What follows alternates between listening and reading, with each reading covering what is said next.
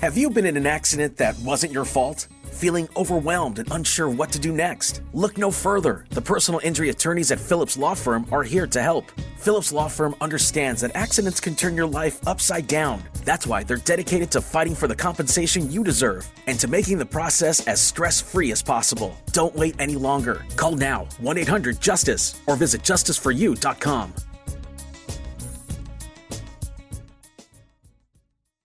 My mom taught me the importance of saving, and I wanted to pass that on to my kids. That's Aisha, BECU member and mother of 3. I think having the savings account has changed the way that the girls think about their money. BECU knows that no matter the age, it's always a good time to save. With an early saver account, the money grows with your children, so they can learn to invest in their future.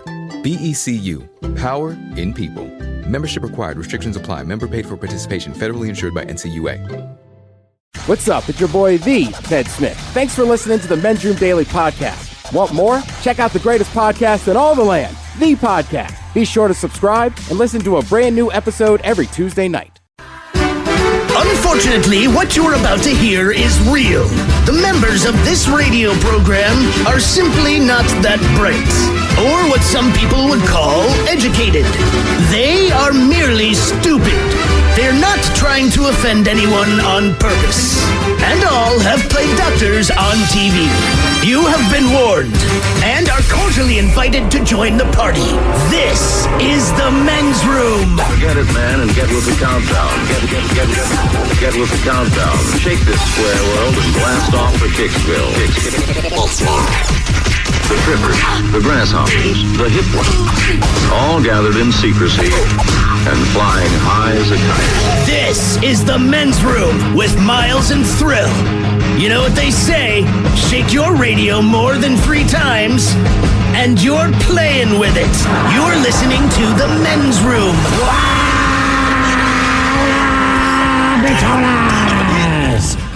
And away we go. Welcome to Season 18, episode number 3,926. Along with Steve the Thrill Hill, the Ted Smith, and Mike Hawk. Montgomery. And you are the Men's Room. On tap today, once again, it's the random question. Your guess is as good as mine. Categories: baseball's all-time greats and ripping cigs. We will play Profile This, plus headlines, Men's Room Shot of the Day, fun listener emails, and everyone's favorite, TV Time with Ted. Drinking and drunk. All right, here we go. Atlanta man attempts to rob a nail salon, except that no one there seemed to care. Meanwhile, a burglar breaks into a Missouri laundromat, and he's dressed as a hare. Regular customer walks into pet store, steals a monkey, and walks out the door. 3 Miami TSA agents use their jobs as a way to score. And a Nevada resident is asked to give back his personalized license plate. That is all coming on today's very special episode of The Men's Room. And now, here's the question. Hola, bitches. Good day to you and yours. All right, maybe it's the ridiculous cost if you don't have insurance. Or maybe you think you'll get through it, but a lot of times we find a reason to avoid going to the hospital. Now, other times, we know that we need medical attention. An 18-year-old woman in Australia, well, she knew she needed medical attention one day while she was at work. Now, she's not a hypochondriac or anything like that. It's just that her entire scalp was ripped off when her hair got tangled up in a machine. Now, doctors were able to reattach part of it. They're part of it. But a good reason to go to the hospital, I think we can all agree. Then there's a man who noticed something strange going on with his body. Now, it wasn't a weird bump or a new mole. It was that his tongue was green and hairy. He was diagnosed with the aptly titled hairy tongue syndrome. Now, it can happen to you, and I only say this because doctors aren't entirely sure what causes it, even though they've been aware of it for 450 years. And there's a woman in Tennessee who, like most women, went to the hospital to deliver her baby. But she needed a C-section because her baby weighed 13.2 pounds. Now, to put that into perspective, that is the same birth weight as the Amazonian manatee, the southern sea lion, a moose, the Pacific white-sided dolphin, and the great seal. So I ain't saying the baby's fat, but I'm not saying the baby's not. Now, these are just some of the stories we've come across. Stories that left us with many questions. Questions we like to ask you in the form of our random question, and this is how it works.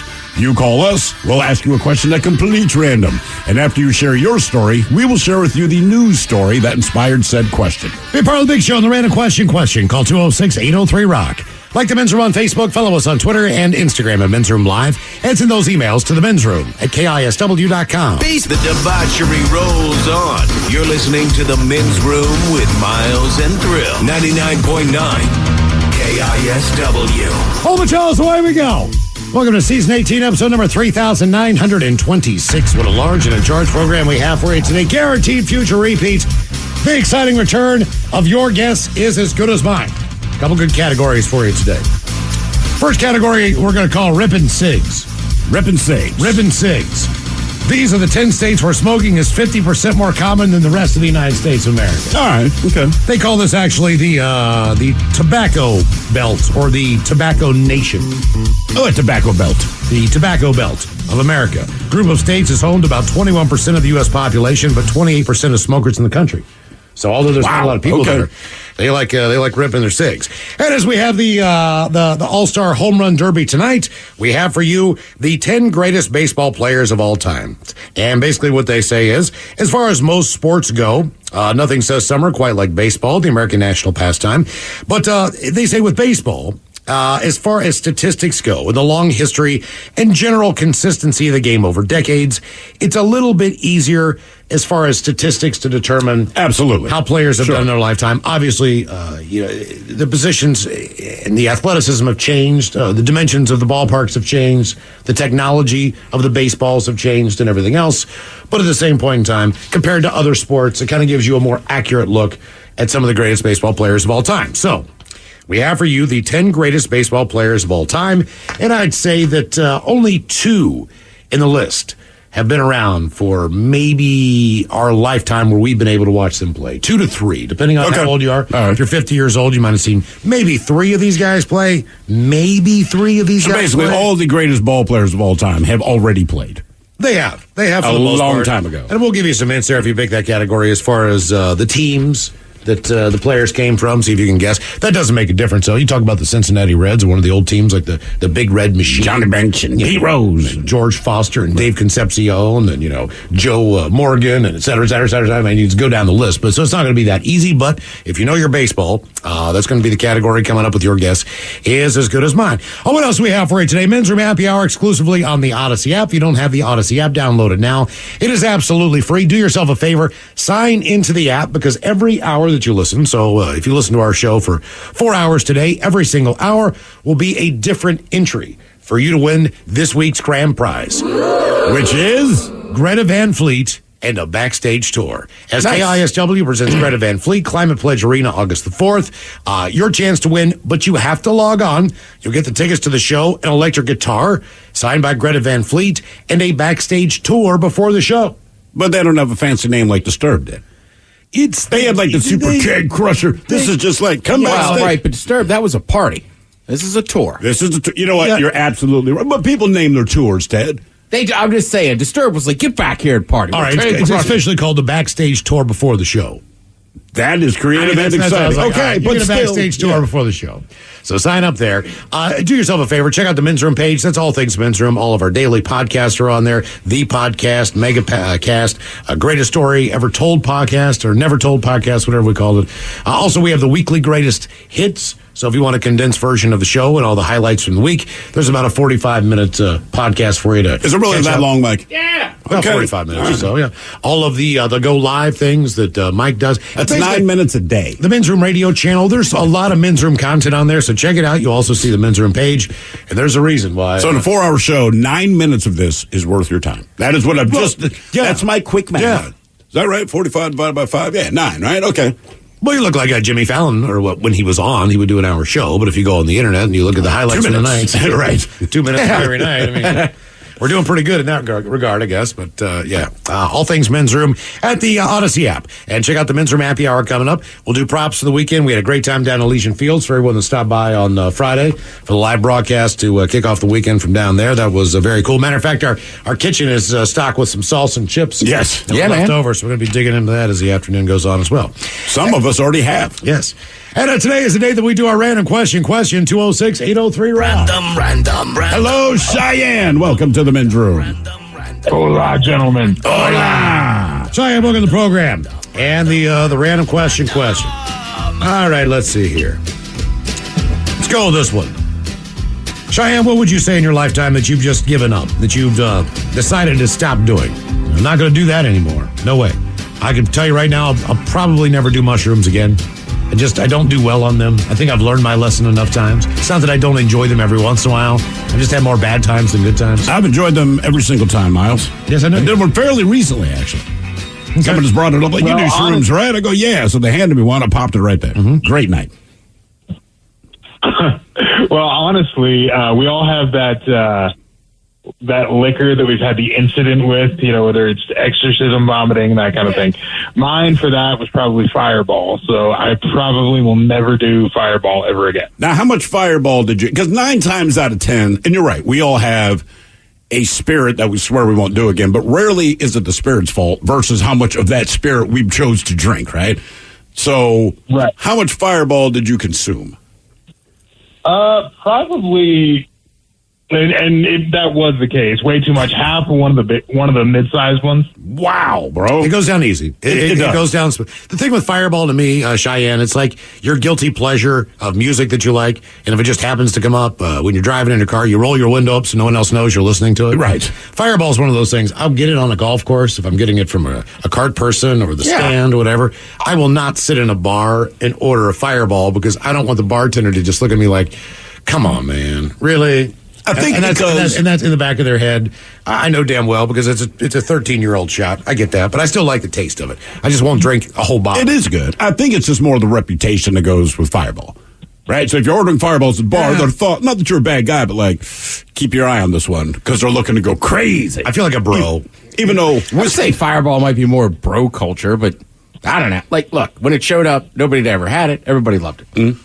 I'll still drink. I drank some Saturday. It's like, let's get a cold. Like, to me, like, if you're sitting around, you might have a better whiskey or something. But if you're just drinking beers and watching sports, like, let's get some Fireball. I always feel like usually avoid Fireball. It's just too sweet for me. I don't mind the taste. It's not that. But if I'm willing to drink Fire, and listen, if you offer me Fireball, I would drink your Fireball. I'm not saying that. What I'm saying, as far as what I buy, I just don't do it. Because like you said, it goes down too easy, and it's harder for me to gauge where I'm at on the drunk scale. Yeah, we were doing it at your house and it was in the freezer. So that is absolutely the smoothest. It's the smoothest. I mean, it should be. It should always be served cold. But there's always been one of those drinks, whether it was Jägermeister, anytime that you see the machine that's actually on the bar. But Jaeger, to me, Jaeger didn't even taste good. Like Fireball, you go, okay, maybe I'm going to get messed up, but it tastes good. I'm having fun. Jaeger, I'm probably having fun. But at no point did it taste good. It was terrible. I will say this, though. I've thrown up before Fireball. And as far as throwing up in alcohol, that is probably the easiest and the tastiest one to throw up. Tasty, yes. I would think it burns I know more. That it really is not that bad. You know what it tastes like? It tastes like you threw up about 10 atomic Fireballs, those little candies as a kid. Other than that, it's still got the cinnamon gum flavor to it. It doesn't really ever go away. So that's better to me than throwing up Jägermeister or tequila. At least it doesn't taste bad coming back up. I know vomit normally doesn't taste good at all, but this is the lesser of the evils. Yes, generally that is true. Right. I mean, I did cut out tequila for 13 years. That's one of the few things that I stuck to for a good long time. And then our first shot of the day sponsor a million years ago was was in the Aha Toro tequila. Toro. But when and I'd even said to the bosses, because they said, hey man, we got a sponsor for your shot of the day. We're like, that's cool. They said it's Aha Toro tequila. I said, I haven't heard of it. They said, well, they're fairly new. They want to break into the market. What better way? I said, okay. But at that time, I want to say it was like the owner or maybe the master distiller or whatever, but like he physically showed up and he was a real happy, upbeat guy. So my first tequila after 13 years was that. Now, to be fair, if you're going to cut out an alcohol for 13 years, drinking some of the best version of it, which I truly believe that stuff is, it's a good way to get back. Then I was back on the tequila train for like 10 years. Then I just got tired of my wife always being mad at me, so I found that Sir, I don't know what it, like, whiskey does. Like, my wife can get mad at me on whiskey, but she's just mad because I'm drunk, not because we're being caustic and fighting. Where tequila, for whatever reason, well, then I got plenty to say if you're mad at me. So I'm like, you know what? I'm still going to get drunk, babe, but I'm going to reduce our level of conflict by getting rid of the tequila. So it's not that I won't drink tequila now, but I basically converted to whiskey. Yeah, I have to. And that's honestly I'll still have a shot of tequila, and I still like tequila. It's just not my go-to beverage. And I hate to have to ask, like, what did I do last night? Because you're still mad at me this morning. You know, at least with whiskey, I can generally remember. Yeah. And that helps. I think all shots, my number one rule is if somebody else is paying for it, whatever. Okay. I agree with you 100%. Yeah. I will drink whatever, but if I'm paying, like, I won't buy tequila for myself, but if you offer me tequila, I will gladly drink it. I mean, you know me. If I'm in a Mexican restaurant, let's do shots to the Yeah, You know what? It is a little different thing. Yeah, it really is. When you're in a sushi place, you might get a bottle of sake or whatever. Correct, yeah. Like, I don't think I love sake, but you're right. If I'm having sushi and it's evening time, it's like, let's have sake. I don't think I've had sakis at a Japanese restaurant. It's funny, though. You go to Mexico, maybe not in Cabo. Cabo's a little different. But we go to Mexico City, go to Mazatlan. You ask for tequila, and they kind of roll their eyes. And we asked years ago, like, what is up with that, man? This is like your national product. They're like, it's not. They're like, even people in Mexico, in Mexico, they said tequila, and it's gotten better over time, but it is the equivalent of being in the U.S. and drinking Mad Dog. Yeah. They're like, this is the stuff that the homeless guys drink sitting on the front steps and wonder why they can't get a job. They're like, we drink mezcal. So what we discovered about mezcal, and let this be a hint because it proved to be true. So we're in Mexico City when the guy said this. He said, look, traditionally, and he goes, and not people from the U.S., we get that. You guys drink differently than we do here. But he said when they order mezcal, they order the bottle. And basically the idea, kind of like a bottle of sake. So it's a session. You drink it down through the course of your dinner. So the guy said, I'm not going to try to sell you guys a bottle, just the two of you. I said, no, sell us the bottle. Today, we will be traditionally out. But he said, and I know I said that wrong, but he said the beauty of this is there's so few impurities in it versus tequila that when you wake up tomorrow, he said, yes, you're going to think you're hungover, you're just dehydrated, and he swore 1 pint of water, you're going to be right as rain. Now, I did not believe him, but he's giving us an excuse to drink. I'm with my wife, who's encouraging me to do this experiment. And look, man, you take your wins where you can.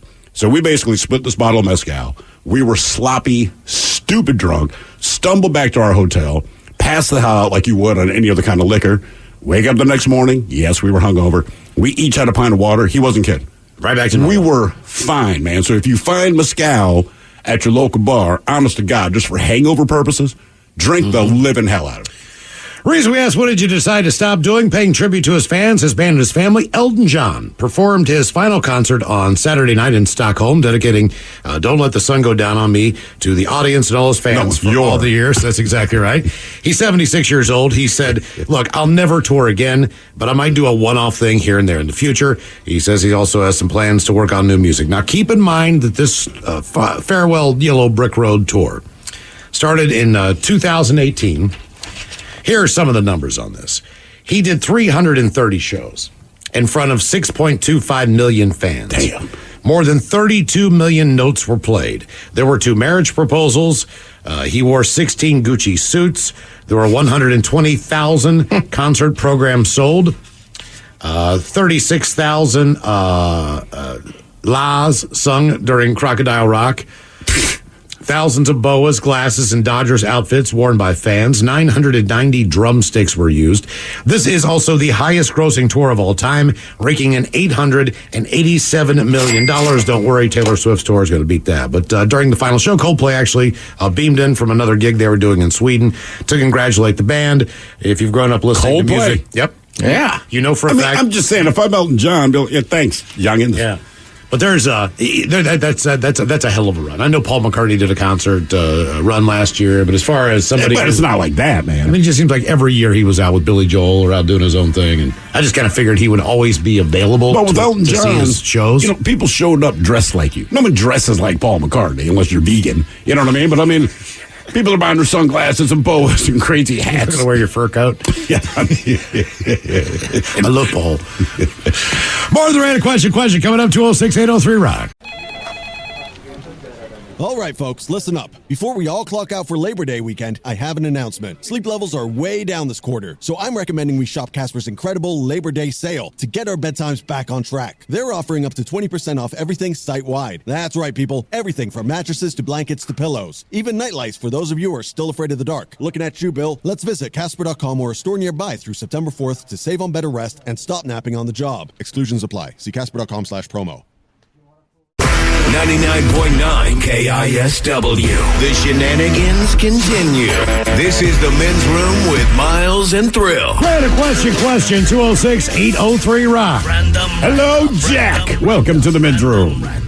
Hola! Hola! Jack, welcome to the program. Random question. Let's go with this one for you, sir. What would you say is the grossest medical situation that you've had to deal with, either with you or maybe with somebody else? Oh, I don't know. It's going to take me a minute to think a little bit. Maybe my kneecap. I was playing football in high school, and it dislocated and went all the way down in my calf. Ooh. And, just exploded. Wait. Now I've got, really bad arthritis. Your kneecap blew down to your calf? Yeah, it dislocated and was down by my calf. Man. Oh, my God. How much pain were you in? Yeah. Honestly, there was so much adrenaline pumping, I really didn't feel much until, the day after. Was that during a game or during practice? That was during a game. I would say. Practice, you're like, get me out of here. And then any excuse you can get out of practice. Well, because I've dislocated my knee a bunch of times, but generally, I've never had to go down that far, but you just kind of sit there in pain and pop it back in. So what do you just kind of push this thing back up into place, or what do you do? No, I was, down on the ground because it was after a tackle, and then, I just sit up and I'm like, oh, that's not good because I couldn't move. My knee wouldn't bend for me to get up. And I was just like, oh, and then my trainer came over and popped it back in and got me off the field and there we went. Okay. Man, oh man. God, I busted all the bursa sacs in my knees, and it was not pain. It was painful to hit, but it was more just the fact that all this fluid was running down my legs. So right, my leg was swollen from my knee down to my ankle. My ankle was completely swollen. It was just full of fluid and black, purple, green. You had lava lamp leg. Pretty much. Yeah. It's a bunch of different colors. It's crazy. How long were the colors running through your legs after your kneecap popped down to your calf? It was probably discolored for maybe another week, changing colors from grays to greens to purples. And did you kind of miss the color show when it was gone? I did kind of miss the color show when it was gone. Yeah. It's a weird thing about a wound, right? If it does something weird after the fact, you're glad you're going to be okay, but when it stops doing the weird thing, you're like, well, I kind of enjoyed that. So what they do is, it was kind of fun. When you're in the physical therapy room, they put your foot up into your knee in a boot. Right. And this boot is like a big balloon, so to speak. And they pump it full of antifreeze, which is freezing cold. Yeah. And then they pressurize it. They turn on like if you were to get your blood pressure taken, right. And it pushes all of the swelling back up into your knee.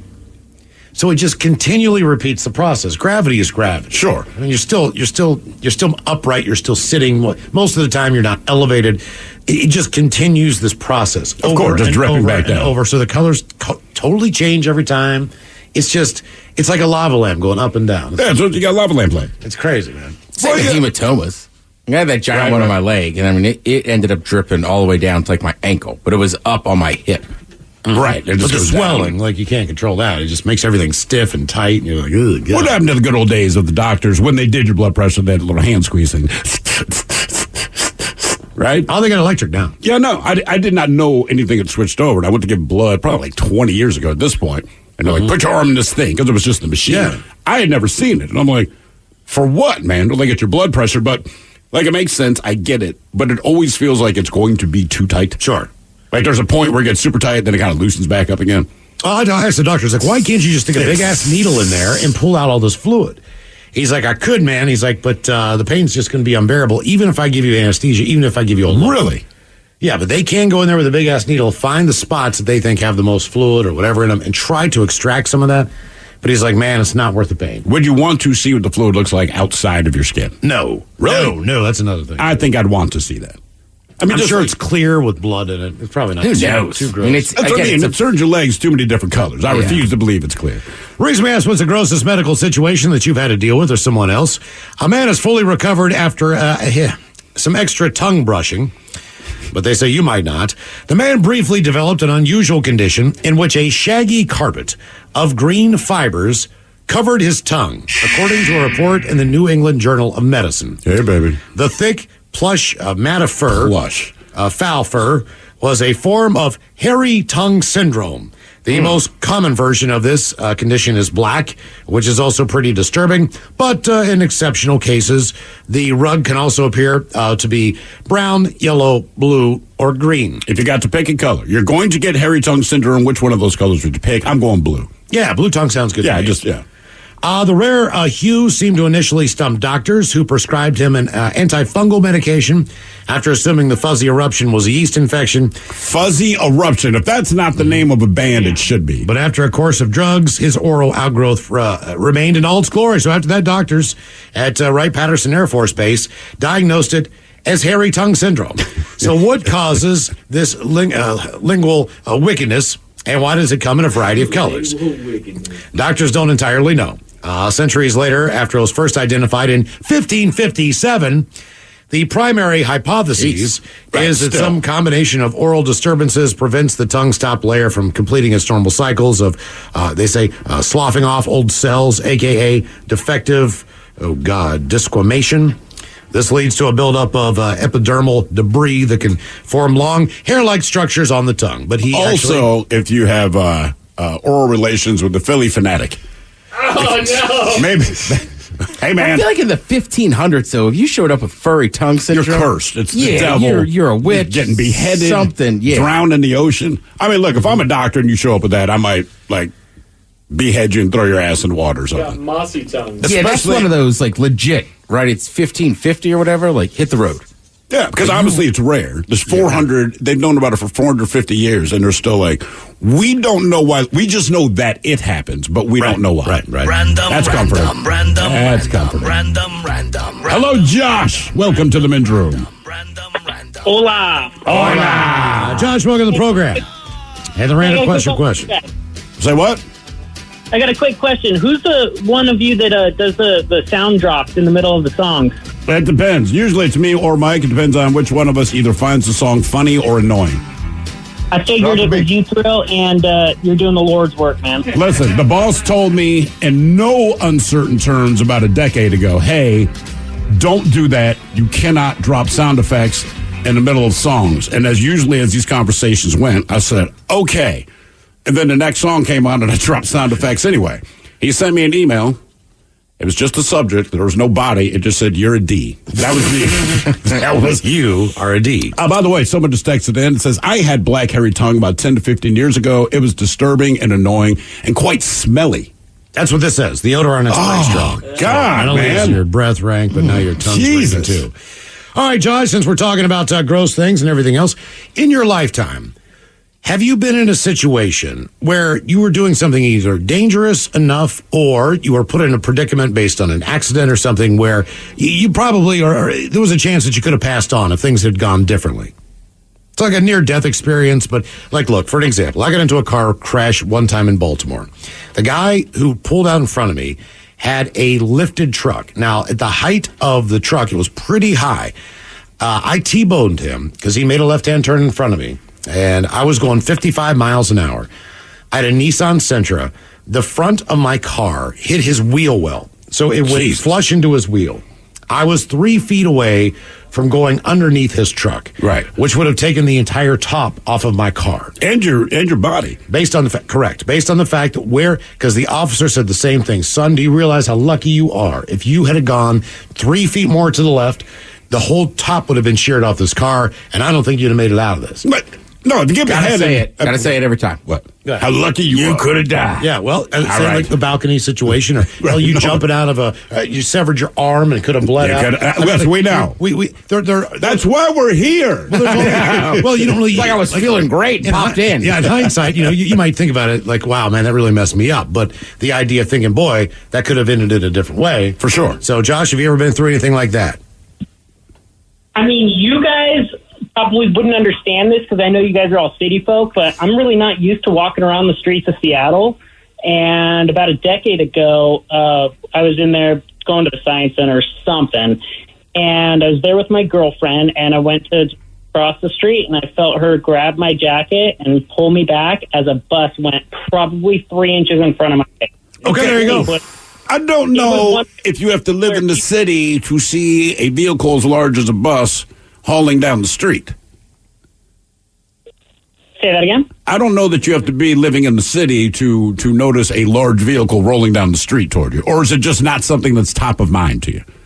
I guess just the crosswalks over here. Some people, you might just ignore. I'm from Bremerton, so, you can tell when there's a break in traffic and you just kind of go for it, I guess. All right. But what's the most dangerous thing if I went to Bremerton? If a city folk visited you in Bremerton, what would be the number one dangerous thing you tell us to look out for? Oh, I don't know. These days, probably stepping on a needle, but that's Seattle as well. Yeah, I was going to say that's kind of everywhere. All right. Okay. But it's Bremerton. It's not like you're out in the sticks working a farm. Yeah, true. Mm-hmm. What's the most dangerous thing if you're living in farm country? Not working on the farm, right? Well, I mean, look, I'm with you. No offense. Full offense. You need to look around and see a bus. It's a bus. Right. Yep. Same way. I didn't grow up on a farm. I know enough not to go to a farm and be like, hey, Mike, I'm just going to stand over here behind a horse. I can tell you. Right? I'm from the city. I didn't know any better. I can tell you how half the people die on farms in West Virginia. What's that? Meth? It has nothing to do with farming. I mean, don't get me wrong. You can have an accident on a tractor. There are things that can happen within the business of farming. It's not the safest occupation in the world. But if you have that much land, there's always a kid with an ATV. So when I was growing up, right. They have trails that run everywhere. The most dangerous thing that I've seen as far as loss of younger people that I knew growing up were all-terrain vehicle accidents. It was the same when we lived in the woods, man. It was because back then it was the three-wheelers, which there's a little lack of control there. But in the wintertime, Rochester, it's so cold, just either sledding or going through the ice. And I'm not making this up. Every year that I was in elementary school and a year and a half I was in junior high school in upstate New York, we would lose at least a student a year, and 90% of the time they went, because people had ponds, everyone lived on the lake or the bay or blah, blah, blah, but someone went through the ice and you didn't see him again. Mm-hmm. And it's not that you did not feel bad, you just hoped it wasn't a kid in your class. We lost one kid in my class 1 year, and he's just gone. We went home on Friday, he wasn't there Monday, they gave us the news, but like anything, depending where you live, how desensitized you get to it, it's like, well, that was to be expected. Little Jimmy in second grade, he's not coming back. And it's not, it wasn't funny or anything, but you're just like, yep, that's the one this year, man.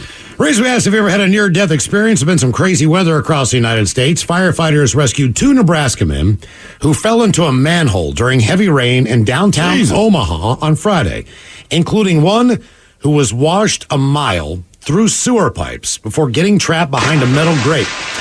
Men were working for a contractor, Ace Pipe Cleaning. They were swept into the manhole near Old Market just after 9 a.m. So this happened in the morning. One of the men was tethered to a safety system. Okay. So he was quickly pulled out of the manhole. The other guy was not. So a large-scale rescue effort ensued for the other, who apparently was not tethered. He was found at 10:20. The 41-year-old had extricated himself from the water, but was found behind a metal grate covering a culvert. An Omaha Fire Department crew cut the grate to free him out. It's amazing with what this person went through that they survived, according to the city's assistant public work director. The man could have been swept all the way to the Missouri River. He was taken to the Nebraska Medical Center. His name and condition were not immediately released, but a mile through the sewer system, which was flowing at a high rate of speed. And you got to imagine, too, it's probably pitch black in there. Yeah. Right? So you have no idea where you're going. You just know you're in the water and hope you don't die. I mean, if you're on a ride in Disney and you're sitting in a boat, you do that. That seems pretty fun. That's fine. It's controlled. You expect it, and you stood in line to do it. Not that, man. That just sounds like living hell. Random. Hello, Marquez. Welcome to the men's room. People of Issaquah, vote Marquez. Hola. Marquez, welcome to the program. Let's see here. What do we got for you? All right. What were the stats, Marquez, when you were born? And how about now, as far as your height, weight, all those things? You remember? Yeah. Well, it's not that I remember, but I've been told 7 pounds, 5 ounces, 21 inches long, and for whatever reason, I was so happy because my brother, older than me, was 7 pounds, 5 ounces, but only 20 inches long. So when you're a child, somehow just having an inch on your sibling, punk. Yeah, that matters. 9 pounds, 11 ounces, and 22 and a half 9 inches. pounds? 11 ounces. That was all nose. Almost 10 pounds. I was 10 pounds on the dime. I don't know how long I was. Probably not very long. Were your brother and sister same size, basically, when they were born? Nah, they were average. 7.5, 8ers. Okay. I would say the average is 7.4 ounces. Because in grade school, you always have that. Like every year, it's like, tell us. It was like, yeah, it's like, right. But I went to school with the same kids for like 8 years. So it's like, okay, I'm going to be the biggest one. Do we have to do this every year? Right? Okay. Like, Rebecca in front of me, is it like she's got to add baby weight? Right. Mike, do you know? You don't know your stats? Nope. Oh, man. So, Marquez, how big were you? I honestly have no idea. You don't know your size when you were born, huh? How big are you now? 6 foot 220. 6 foot 220. Okay. I'm going to say you were born at 8 pounds 1 ounce. I base that on nothing. I don't know. My kid came out, she was like 6 pounds something. I was like, oh, man, that don't seem right. I can't remember my kids. I think they reached 7 pounds teeny something. tiny baby. Yeah, I don't know. It wasn't extraordinary. I just remember that. And so my son was all head. My daughter, I stared at her head because she got the cone head thing. Mm-hmm. You know, but the difference is she was crowning for like an hour and a half. So it's just like my wife's vagina basically was restricting it back. It's like we put her on a potter's wheel.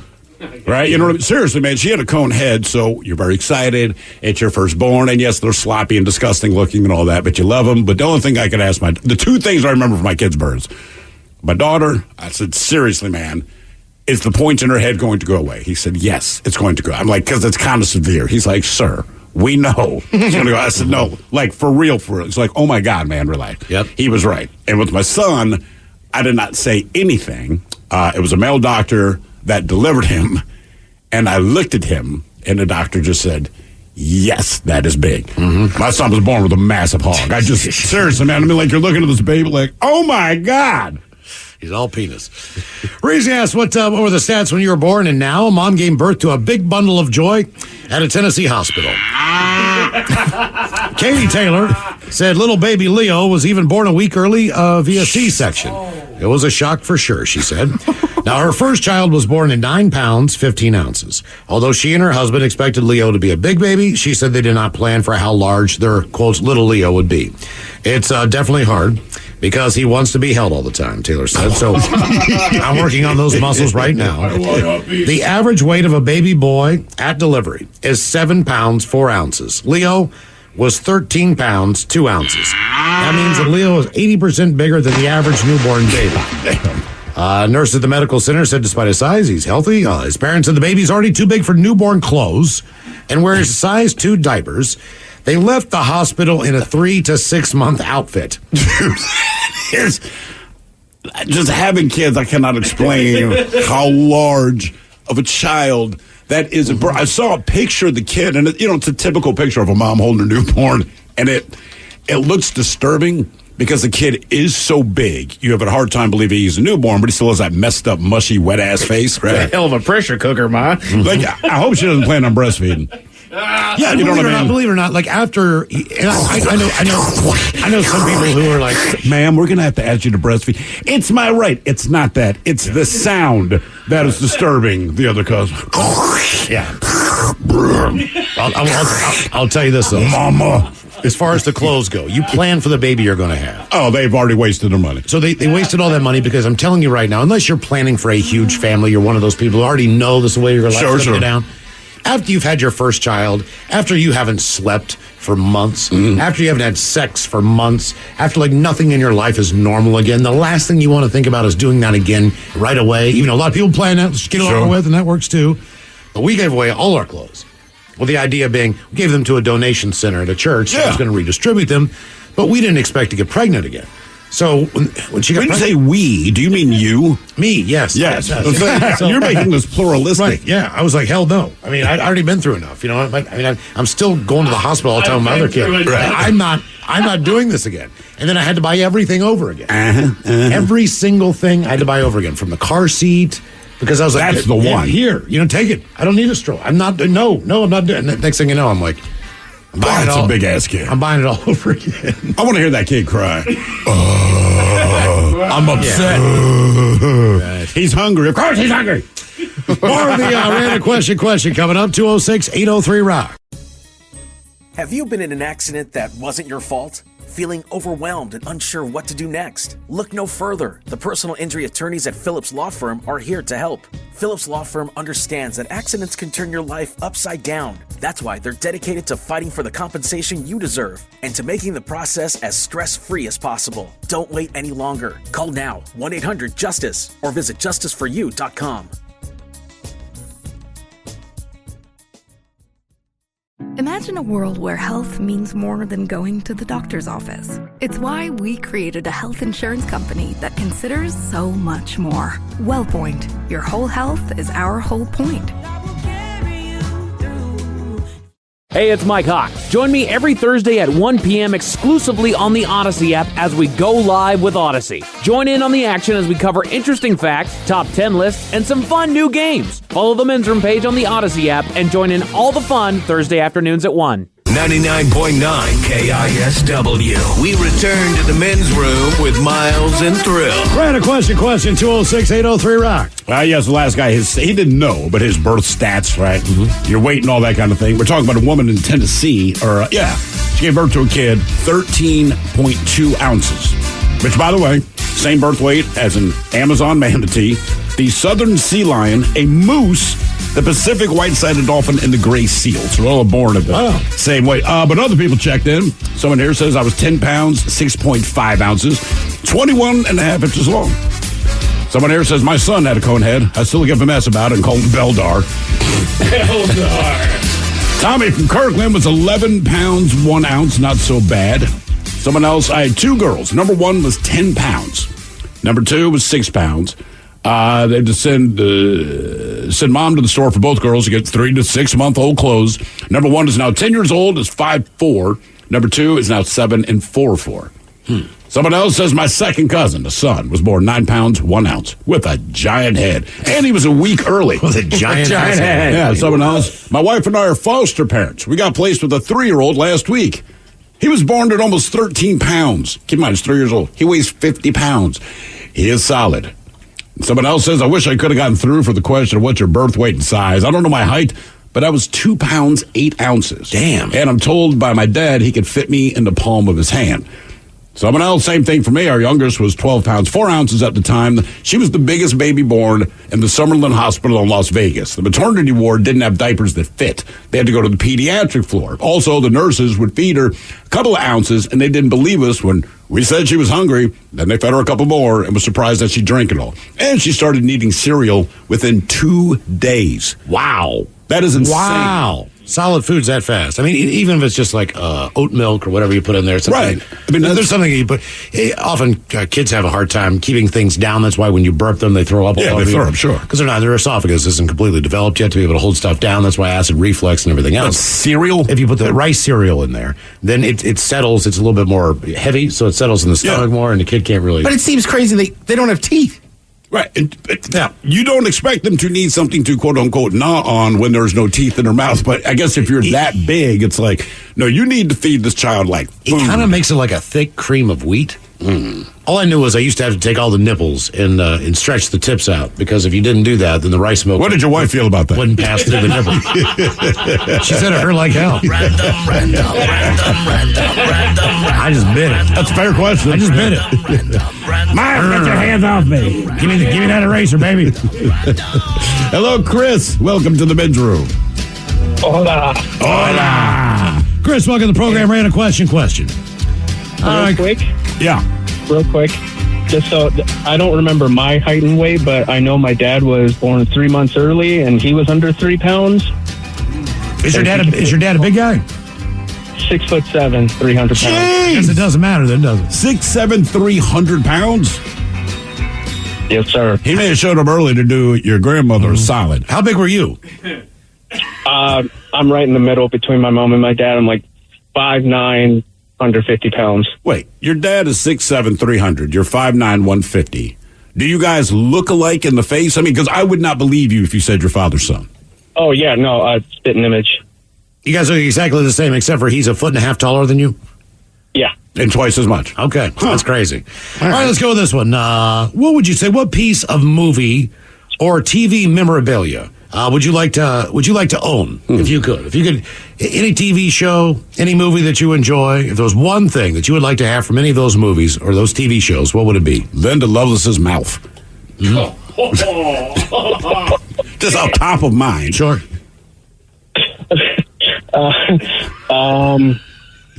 I'd probably go with Darth Maul's lightsaber. Nice. Ooh, is that the one with the 3? Just 2. Oh, who's got the 3? That was Kylo Ren, who had the pitchfork-looking one. Yeah. Okay. And apparently it was shoddy construction. That's why it crackled so much. Just throwing it out there. Like you got to see in home ec. That's cool. That's what he had to build. Even in just he didn't really wear a mask. That was more just painted on his face. Yeah. So he wasn't like in a hood like Darth Vader was. No. That was his face. Yeah, that's just. Apparently, that's his face. Yeah. Now, did he get Not up? Makeup. It's his face. Did he get up and do that makeup every morning? Do you think? Oh yeah, you got to do that. So if you're playing that role, like, hey man, get in the chair. I don't know how many hours he spent, but I know that who's the guy who played? Was it Drax? Who's the? Batista. Batista. Yeah, he's one of the reasons he said he's kind of done playing the character, in spite of how well Guardians of the Galaxy is done. It's a very popular movie. He's like, bro, every day I have to sit in a makeup chair, something like 6 hours. Yeah, and how long does it? Does that mean getting it on or both processes? Taking it off as well? No, just getting it on. Okay. So just to get it on, it's like 6 hours in the chair, and you're airbrushed, and then there's makeup, then there's prosthetics, and then you hurry up and wait. So now you're dressed like this, your face is uncomfortable. Yeah. Mm-hmm. The reason we asked what piece of movie or TV memorabilia would you like to own, I think mine is just based on my love of golf and the fact that I grew up on the movie Caddyshack. Okay. I would love to have it. I've brought this up before. Rodney Dangerfield's golf bag. Oh, right. Which had a beer tap handle on it. So I'm assuming it's got radio, a TV. Yeah, I remember the TV. But it's just like one of these iconic things. It never really existed. I thought you were going to say the gopher. I've taken a picture with a gopher. It's not very impressive before. But I mean, inevitably, it's a gopher. It's who the gopher is. It's not that the picture itself's impressive. But I looked at it and I was like, whatever. I'd still rather have that golf. Where did you see the gopher? Universal Studios in Orlando, Florida. Oh, they do have the gopher. Yep, I've got a picture with I have 2 pictures. We've posted it a few times. I've got the gopher and George Jetson. I'm sure you have. Mike, I'm just going to guess. I can't remember. Is it Gimli? Is that your boy? Yeah. You want his axe? Was he an axe guy? Damn right he was, man. Yeah. Is that what you'd want? No, honestly, I would want Walter White's hat. Okay. I mean, it's not a movie, it's TV, but you gotta wonder, like, that is pretty iconic, and like, you guys still haven't watched Breaking Bad? I still haven't watched Breaking Bad. I don't know, but I mean, that's like his thing. When he's being bad, he puts on that hat. Yeah. I don't know, man. Like Tom. I don't know, Detroit Tiger hat that Tom Selleck wore in Magnum P.I. That'd be cool. Like the bucket hat that Gilligan wore. I wonder if any of that stuff is actually worth money. Yes, all you have to do is say Gilligan wore it. I mean, that's the whole thing. It's like it's just a white bucket hat, but Bob Denver, was that the actor's name? Yes. Okay. But if he wore it on the set of Gilligan's Island, now it's worth whatever. Right? Okay. All right. I mean, there's cars, too. I would take Magnum P.I.'s car. There are cars. Yes. A pick. I want to say it's a guitar pick signed by Kurt Cobain. $14,000, was it? $14,000. They say this makes it the most expensive guitar pick. Like, right, because it's just a guitar pick. But because he signed it and he's dead, it's $14,000. Reason we asked what piece of movie or TV memorabilia would you like to own? It's bright, orange, weighs more than 1.5 tons, and has a giant O1 painted on its side. Still, a Wisconsin man tried to hide it after he was declaring bankruptcy, according to federal prosecutors.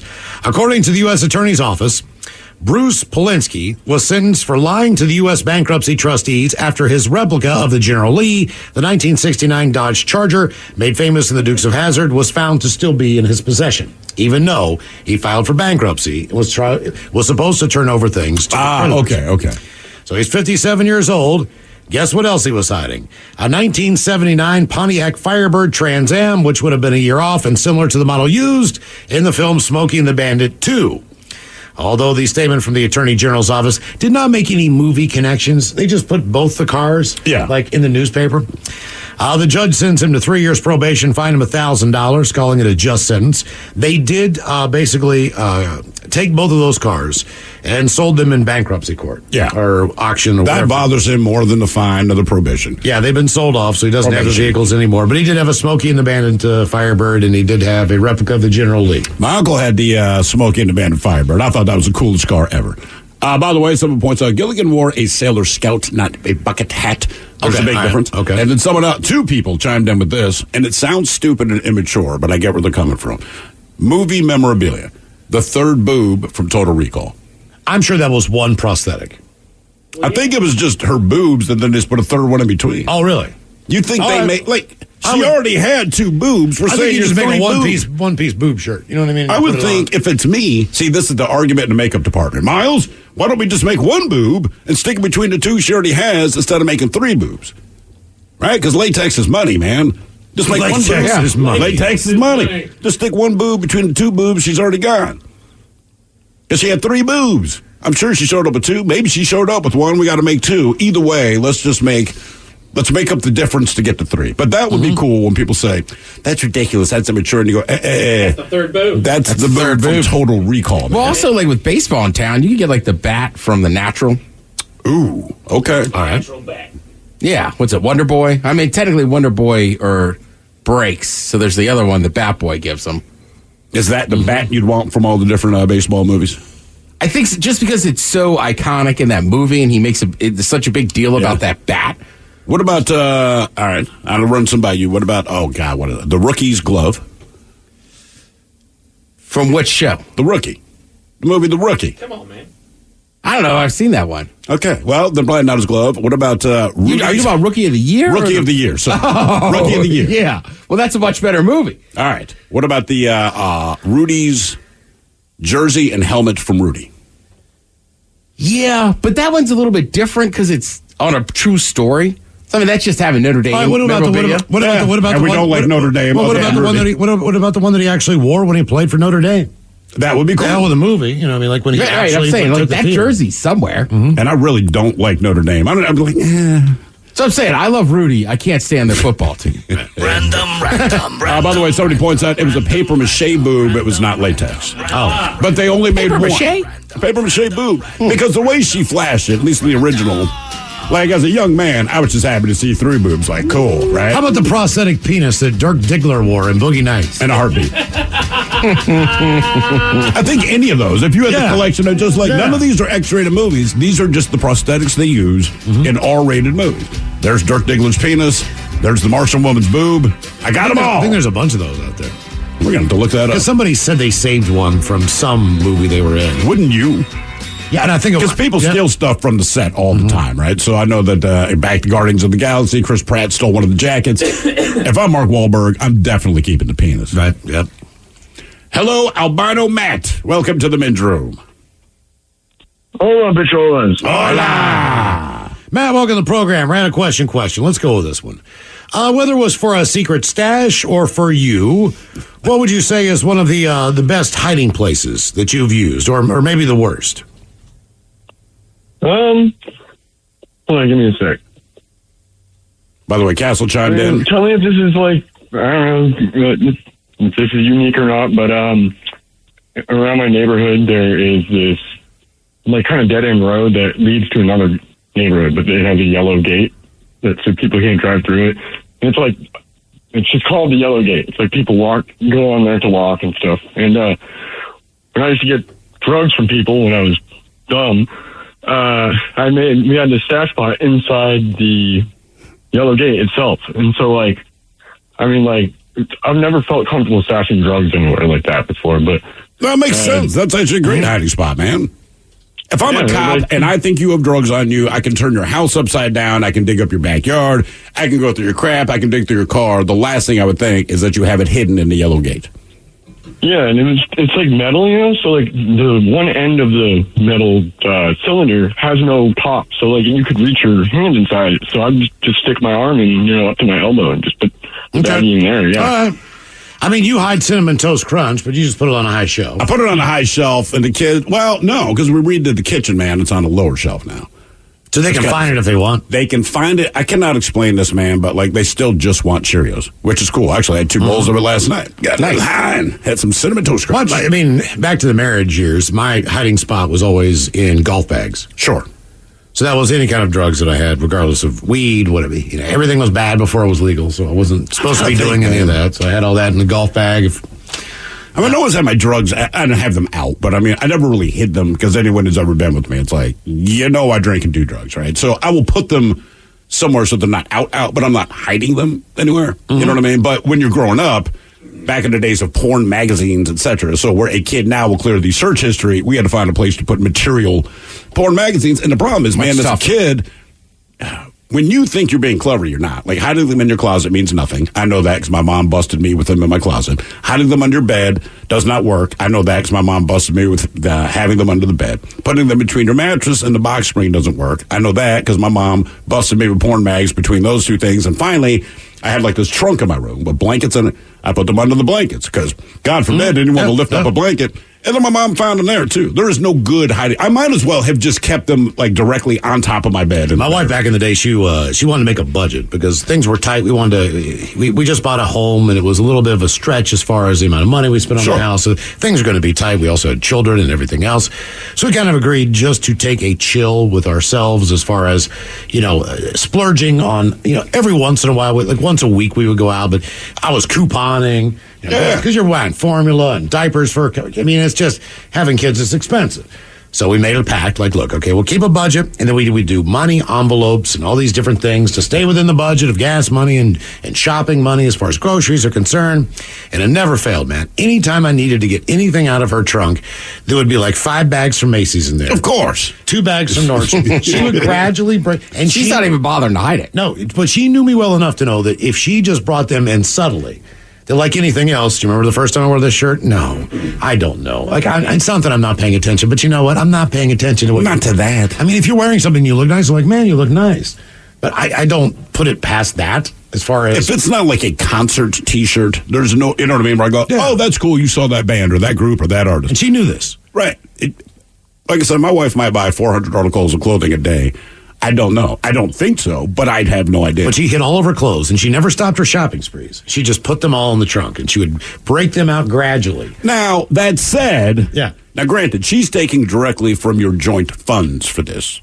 But if you got paid on the side for a radio gig, I didn't you keep that cash and buy your drugs with it?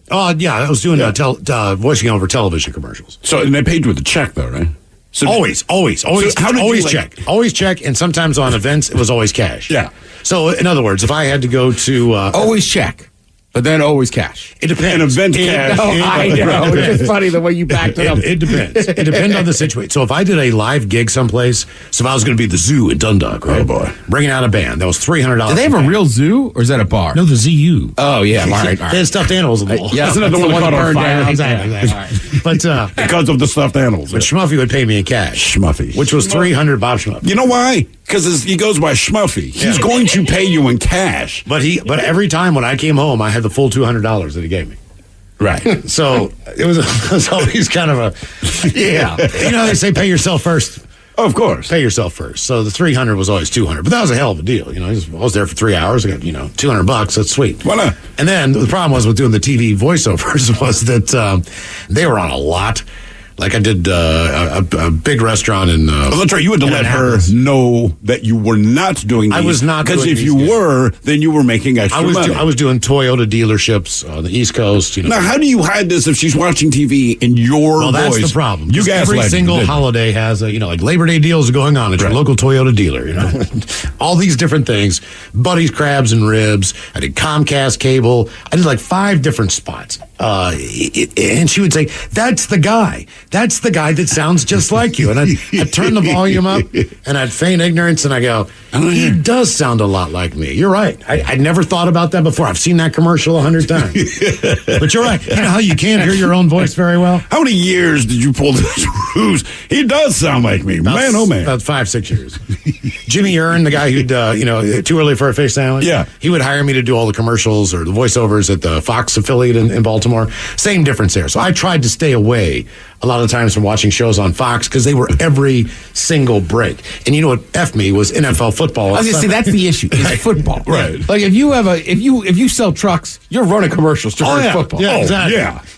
It's like, there's only, I don't know if everybody knows this, but there's only an allotted spot for local spots. Correct. Most of it's going to be national spots. You can tell, right? All the different breaks. Yeah, sure. Yeah. Oh, yeah. You're just... So trust me, the locals want their mention because they pay a lot of money, especially NFL. I did Coons Ford. Mm-hmm. So that was another one. It was on all the time. And she never caught wind that her goddamn husband is the person speaking to her through the TV. I mean, she said that's the guy that sounds like me. And I said, yes, he does sound like me. I did not lie. That's not a lie. He does sound like me. He does sound like me. That guy looks like, Ohtani. That's because it's Ohtani. Random question, 206-803-ROCK. 99.9 KISW. The men's room returns with Miles and Thrill. Your guess is as good as mine. Coming up, our categories: baseball's all-time greats and ripping cigs. We'll do your guess is as good as mine right after emails on a random question, 206-803-ROCK. Hello, Ken. Welcome to the men's room. Random. Hola, bichola. Hola. Ken, welcome to the program. Random question. Let's see here. I like this one. Ken, what were you told as a kid that was total BS? I'll give you a couple of examples. Parents and friends used to send us out snipe hunting to get us out of the house in the evening, so that we would go out with flashlights. We would leave them alone, and they would smoke weed or do whatever they were doing. My uncle thought it was funny to always steal my nose. Yes. Which absolutely traumatized me as a child. Still funny to watch kids freak out about that. I didn't know kids would freak out, man. Years ago, it was like a 3-year-old kid named Cal, right? I'm not particularly good with kids at this particular point in my life because I didn't have any, don't understand them. So I did the steal your nose thing. This kid's face crumpled. He started bawling. I'm like, it's my thumb, dummy. I mean, my God, look. So I just put it back on his face and it solved everything. And I just thought, oh, man. Yep. So what were you told? Ted was told that if cows are laying down, it's going to rain. There's all kinds of stuff, whether parents mean to be untruthful or not. Right. There's just a lot of old sometimes they're just wrong. Yeah, it's just not accurate information. They don't know because some other parent told them when they were a child. Same thing. Just pass it down. Same thing. I thought Richard Gere liked gerbils. So what were you told as a kid that was total BS? Well, I actually tell my grandson something that is total BS. He believes that he can hide anything in his ear, and anything that is lost in his ear. So if you're looking for the remote, he thinks it might be in his ear. Yep. And we're all in on it. And someone will give me the remote, and I will pull it out of his ear. How old is he? 4. I was hoping you said 18. Okay, cool. That's 25. That's a fun game. Yeah, exactly. So he's in jail. He tried to sneak drugs in his ear. One day we had him convinced that his aunt was stuck in his ear. And she got behind him on the couch, and I pulled on his ear, and she jumped down, and he asked, "Auntie, was there anything else in there?" Sounds like a $5 bill, Jimmy Hoffa. and if he can't find something, he will go ask you, "Is it in my ear? Look in my ear. Is it in my ear?" That's going to cause some problems in preschool, but yes. I see your junk there, your joke there, Granddad. So we've been doing this for about 2 years now, and he still hasn't caught on. Do it until you can't anymore. Yeah. Exactly. Absolutely. Okay, well, that's fun. Trying to think what else I was told as a kid that was complete crap. What about the swimming thing? Oh, wait, 30 minutes after you eat before you go swimming? Yeah, but they thought that for some reason. They did wrong. think that. It's just because we thought it. Yeah. I mean, only fairly recently that I discovered that is patently untrue. But you're going to cramp up if you cramp up. It's not because you ate and they got in the water. I think they more just said it so you didn't puke. I think that maybe not your parents, but who initially started that, probably that. Because, you get in the water, your stomach gets a little hinky. Depending, and here's the thing. If a kid gets a cramp in the water, you just pull your kid out of the water. But it's not embarrassing. Your kid jumps in a public pool and pukes all over the place, that's an uncomfortable situation. I remember going on road trips. How much longer is it going to be? If it was going to be 4 hours, stepfather would tell me 2. Just to calm me down. Just so he could, he knew it was going to be longer than that, but he didn't want to tell me the actual time because he didn't want me to melt down. Yeah, I do that with the kids now because I just don't feel like hearing it. You know what I mean? So I'm going to give you this information. But now they've gotten old enough, I'm like, as long as it takes. Now, here's one. When I was growing up, if I was in the bathtub, if I was on the telephone, those are 2 instances where if there was a thunderstorm in the area, my grandmother especially would make me get out of the bathtub immediately. But I think that had actually happened back in the day, but it wasn't so much something to worry about now. And my grandmother would hang up the phone if we were talking to her, which was long distance at the time, if there was a thunderstorm in the area. Because my parents would have us do that. Like, it's thundering outside. Guess or what? Something else that I can't remember. Somebody here says, I told my daughter she only had a limited amount of screams in her life, and she has to be careful not to waste them while she's a kid. And convinced her that she'll run out of screams just by faking it. So, hey, before you scream about this, keep in mind, you're going to have one less. Limited number of screams is a good call. That is. I wish I had thought of that, man. And then I told my daughter her ears turned red when she lies. When she was younger, she would cover her ears with her hands before she lied. That's genius. Well, listen, maybe it wasn't BS about the thunderstorms. Trees begin to sway, the sky darkens, and suddenly you hear the distant sound of thunder. That's your cue for potential danger. And the danger is on the way, according to the National Weather Service. They say don't ignore that sound, because where there is thunder, there is lightning, and lightning can kill or maim in ways that you would least expect it. That includes taking a shower, washing in the bathtub, or even washing dishes. Since lightning travels through plumbing, it's best to avoid all water during a thunderstorm. Do not shower, bathe, wash dishes, or wash your hands.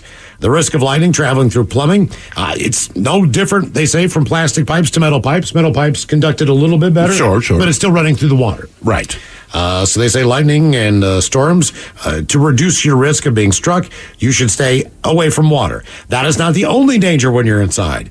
Stay off porches and balconies. Don't go near windows and doors. Do not lie down on concrete floors. Concrete must be a pretty good conduit for lightning, because they say don't lean against concrete walls and do not lie on concrete floors. Get off concrete. What if your entire floor is concrete? What the hell are you supposed to do? I'm not sure, but it must travel through there pretty good. I like the way they said stay off the porch or like the front stoop.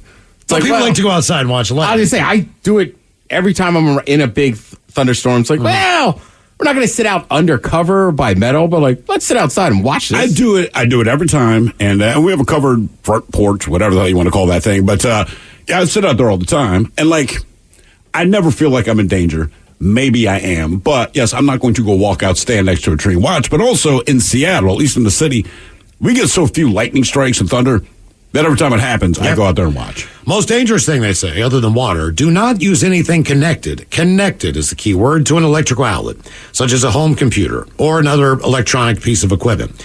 You can, they basically say, if you have a corded phone in your house still, stay off that thing. Cell phones and cordless phones are completely safe if they're not connected to an outlet through a charger. So if you got something plugged in, if you're using an iron, don't iron anymore, or whatever you got. If you're not a problem I have.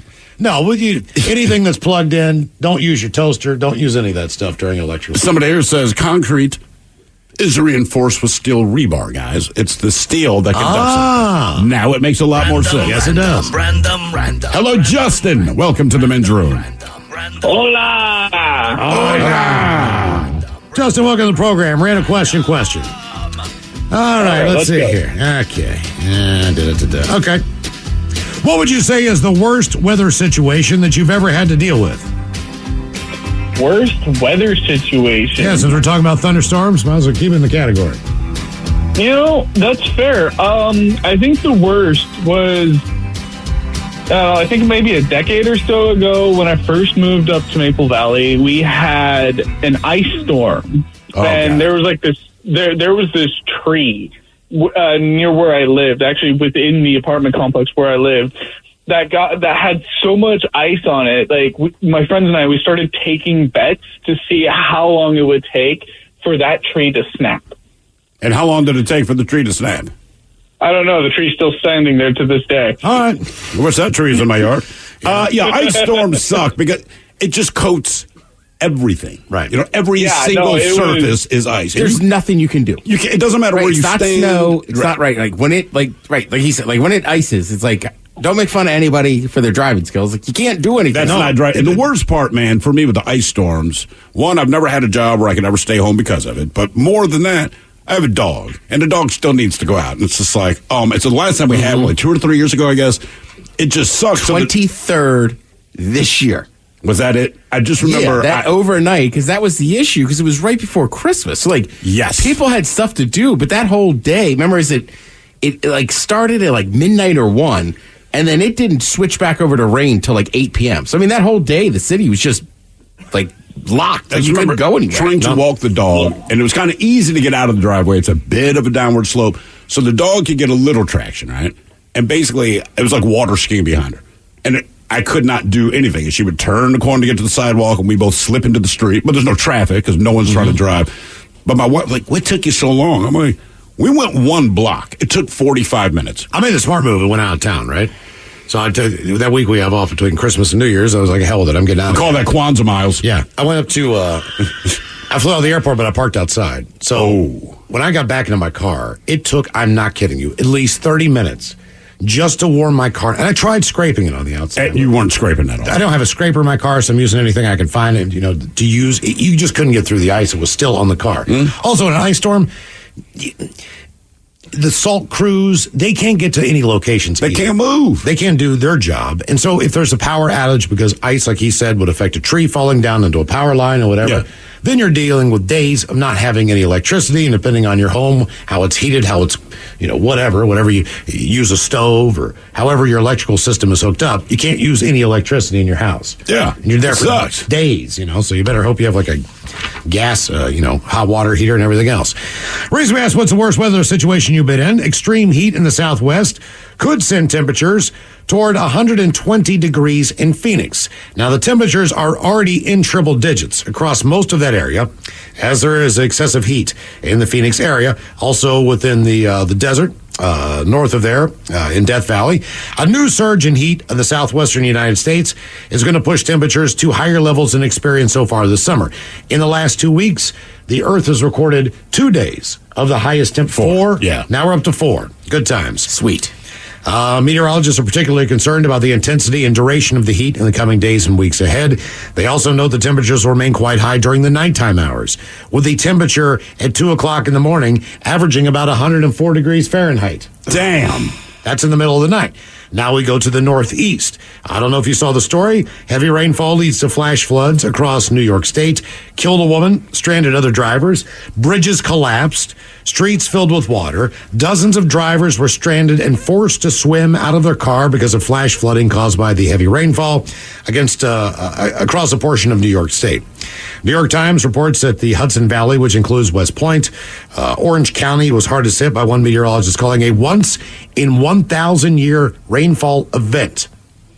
1 death so far, and after a woman in her 30s tried to flee her home. That's basically, she was just trying to get out of her home. Yeah. Her home was completely surrounded by water. So she was trying to get through the water with her dog. She was overwhelmed by tidal wave type of waves that were going down the street and through her house. And they say that amount of water is extraordinary and still a very dangerous situation.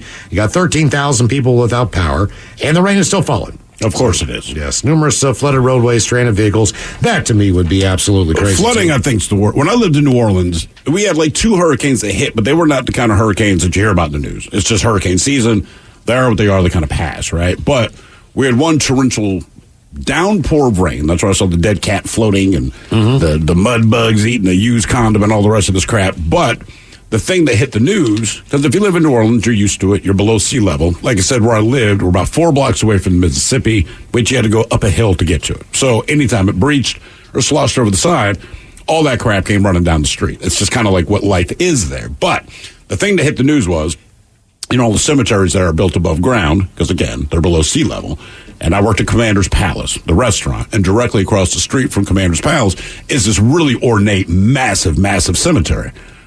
Well, some of the doors to the mausoleums got rotted out, so there were 4 caskets that they were looking for. Like, that was the news thing. Oh, right. They just floated away. Yeah, basically, it broke through, lifted the caskets up, and the bodies did not fall out. But they're like, hey, man, these caskets, they ended up washing like 15 blocks away. Got this all downhill. And I'm like, that is a weird thing to hear. Because everywhere else I've lived, you bury people in the ground, not above the ground. So flooding isn't like something you worry about and having like, Meemaw wash the hell out of her mausoleum and roll down the street. I mean, ice storms were bad. I would say, though, like living in Baltimore, that one year we got like 2 feet of snow. Yep. And that was fun for like a day or two. Same thing. I still went into work. 3 minutes of work, buddy. But yeah, after a few days of that, it was bad. Because even like, that's a major metropolitan city, but there just wasn't trucks to get around. So like the local grocery store we went to, like Like when you start running out of stuff, you're like, all right, this isn't fun anymore. Well, hurricanes too. Since we've been gone, maybe one has kind of buzzed up through that area, but most of them have been hitting South Carolina, causing flooding in North Carolina, hitting the Florida Panhandle. And then you New go to work Orleans, to tell people Galveston area, Texas, to stay home. Yes. We need you to come in to tell people that that's a bad idea. I'm like, I know it's a bad idea. But because they haven't been hit in a while, I know they're due. Oh, it's guaranteed. Like a Floyd will come through there, one of those bad boys. Random. Hello, George. Welcome to the men's room. Hola. George, welcome to the program. Random question. This one should be an easy question for you to answer. George, what is the worst pain that you've ever been in your life? Kidney stones. Ooh. Okay. How bad long is does that? it take to pass them? A week. Weeks. And they give you something, either to help break them down or you just have to pass them as they are? No, they give you some pain pills. Oh. And you just gotta go for it. Do you know when you've extracted one, so to speak? Yeah, because you're using a filter to urinate through, and you take that kidney stone in, and they tell you what it's made out of, so you know what to avoid. Is it typically calcium? I mean, you have to stop drinking milk. What's the primary thing for you? For me, it was calcium, and it's don't drink milk, don't eat too much cheese. And how big are these stones when you pass them? The last one was 3 millimeters by 5 millimeters. And they're jagged as hell, right? Mm-hmm. Yeah, they look like peach pits. All right. Now let me ask you this. As far as knowing the pain that's involved in having this situation, what is the one meal that you say, F it, I don't care, I'm still going to have this piece of pizza, I'm still going to have this bacon cheeseburger? Is there anything that you still want to have even though you know the pain you might deal with? My wife's homemade macaroni and cheese. That's the one. So does she make it just to put you in pain? Because I'd start being suspicious about this at this point. Baby, I made your favorite. No, it's usually my grandson asking her to make it. Ah, okay. So it's in the house. So, all right, and one other question. Do you pass a stone while you have kidney stones? Do you count on passing one every time you have to pee, or is it just random? No, it's just when it works its way out. And that's it. Every time you go pee, you feel it moving. I was going to say, you can feel that coming on, right? Yeah. Okay, that sounds horrible. I've never heard anybody have a positive kidney stone story. There's not one. No. No one. You might say, as a result of this, they diagnosed something wrong with me. You go, okay, there's a benefit, but no one with kidney stones themselves says, oh, it's not that bad. 100% of people I've talked that have kidney stones are like, that's the worst pain I've been in my freaking life. I think the worst pain I've been through was when my girlfriend broke up with me when I was in 10th grade. But obviously, no, my hemorrhoidectomy surgery was the worst. That was the worst pain I've ever had in my life. I mean, gout's pretty bad. I'm trying to think. Like, the hematomas suck, but honestly, when I had that hernia surgery in the middle of my, stomach, that was just brutal because you couldn't. Like you're constipated from all the pain pills, right? But you can't really push because you have because stitches. it's where the muscles, yeah, right in the middle of your abdominal,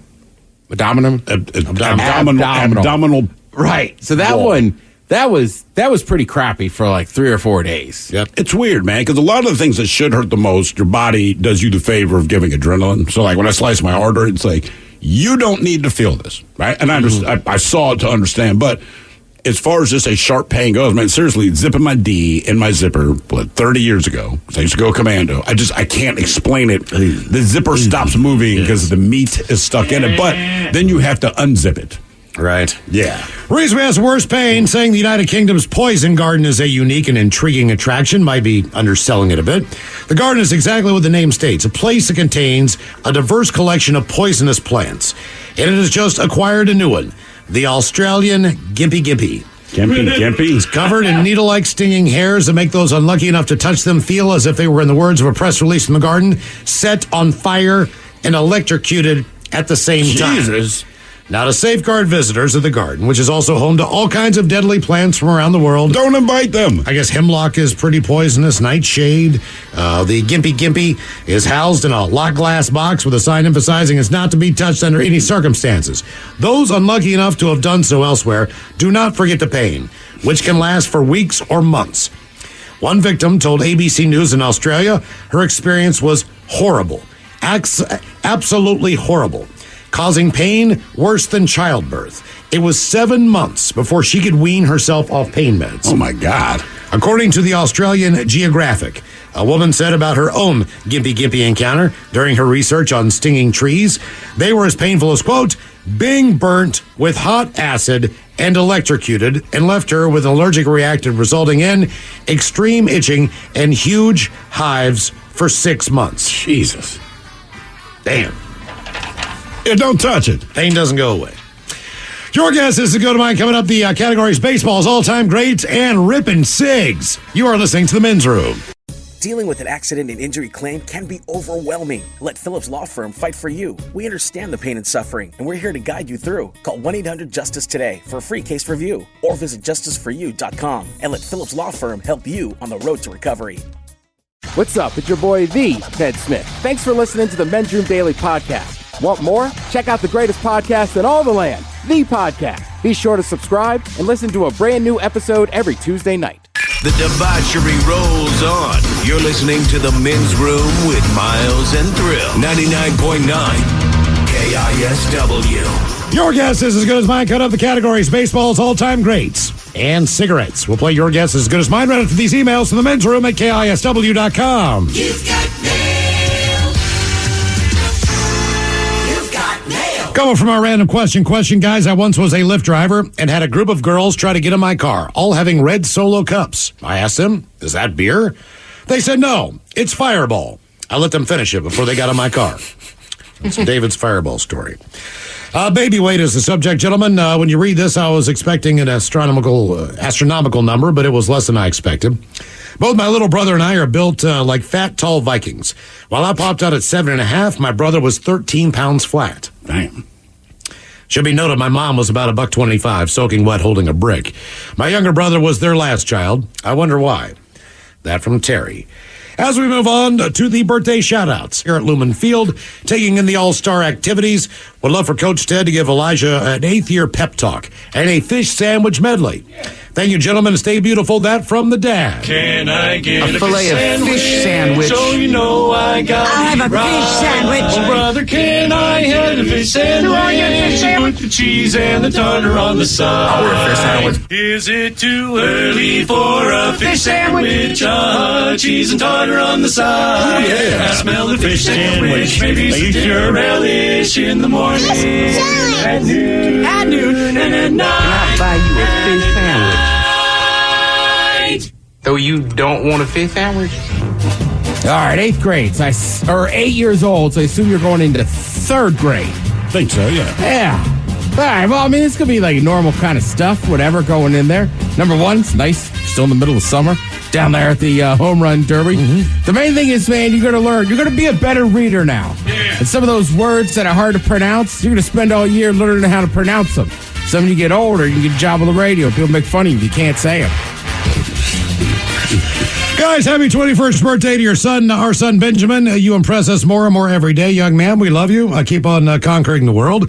Please give him Ben a no-hold-barred, dirty German Dungeons and Dragons happy birthday. That from the mom and dad. Thank you, guys. Your show is awesome. From Deborah and from John. How old is he?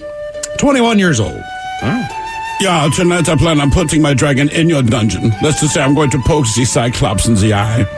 Yeah, somebody come out to you like a fire-breathing dragon. Since after I've been in your dungeon, maybe something will feel like it's on fire. Good afternoon, gentlemen. And Ted. I'd like to get a birthday shout-out to my buddy Earl today on his 23rd birthday. How about a big fat bong rip? And maybe some inspiration from Coach Ted about getting high before work.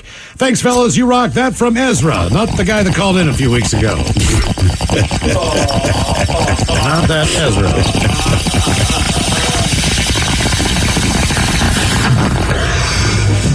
I don't really know what you're doing for a living. I mean, it depends on the job. My simple advice would be don't do it. But again, I don't know what you do for a living. Hey, if you're slinging beers down the local tavern, I'm sure it's okay. Or pumping out pizzas. Maybe you work in a kitchen. Then, yeah, get stoned before work. Oh, dude, yeah. If you work in a kitchen, you already know that. Bitches, remember, though, this is important. If you work in a kitchen, you get stoned before your shift begins. You do lines of coke during your shift. Keep your energy levels up, boys. Bitches, can I get a special birthday shout out to my brother from another mother, Matt? He's turning 29. Would love to hear your penis is too small. And Coach Ted getting him amped up for the home run derby tonight from his best friend, Blake. Actually, that home run derby should be pretty awesome. We all know Julio had a big year last year. He's going up again. Is it Pete Alonso in the first round? Yeah. He'll take out Pete. You know what? I'm just going to make the call now. Seattle, get fired up. Julio wins the home run derby. Wow, there it is. Prediction. Okay. Stamp it. Gentlemen, today's my 33rd birthday. I don't know how I made it this far, but here we go as I kick off my 34th trip around the gray yellow orb in the sky. Thanks for the years of laughs you provide along the way since the Buzz days. And you guys help keep me going, so I sincerely thank you for that. Could I get Coach Ted and the captain giving a little motivation to the Mariners for the second half playoff push? They're only 6 games back in the division. Just saying. Thanks so much, guys. That from Alex. I mean, honestly, I wouldn't even get too fired up. I just walk in that clubhouse after this All-Star break and go, look, we did it last year. You know what you're doing. Let's just do the same thing. All we got to go out there is win some ball games. Gentlemen, could you give me a birthday shout-out? Captain. Oh, sorry, the captain. My bad. Ooh, well, ahoy there. Thanks for getting about me, Miles.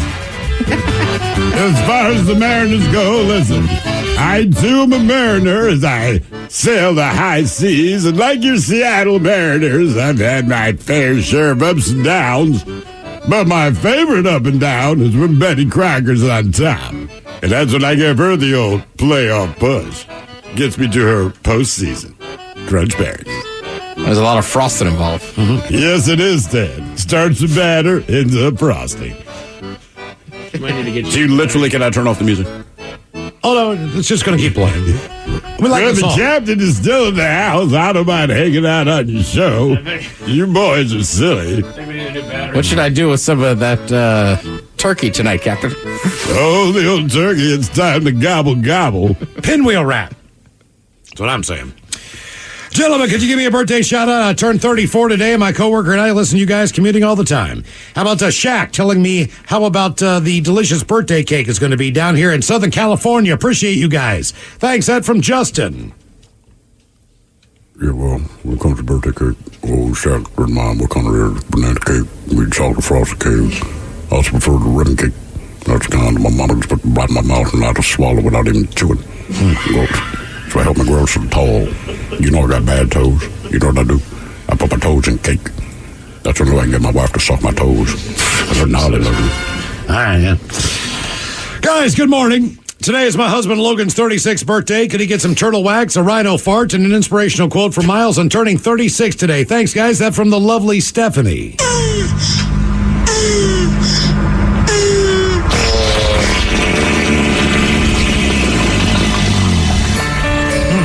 Okay. Logan, you're 36. Here's a funny one to try. Just for the hell of it, go to your favorite bar, especially when it's really, really busy. Sit at the bar and just order glasses of milk. Like 3 glasses of milk. Delicious milk. That's all. It's my birthday. Were we talking about Milk this for a few everyone. months ago? Well, alcohol is perfectly acceptable anywhere, but milk is not. If you're seen in public drinking milk, you're going to be questioned. Well, a lot of bars just don't have milk. No. Just give me the cream. No one has milk. Just give me the cream. Guys, today is my wife Jennifer's 43rd birthday. Can she get a your penis is too small? And the Dirty German's wishing her a happy birthday. Lots of love from her husband Marcus. This P.S. Thanks for wishing us a happy anniversary on the 25th of last month. Let Ted know I didn't do anything wrong. Thanks, guys.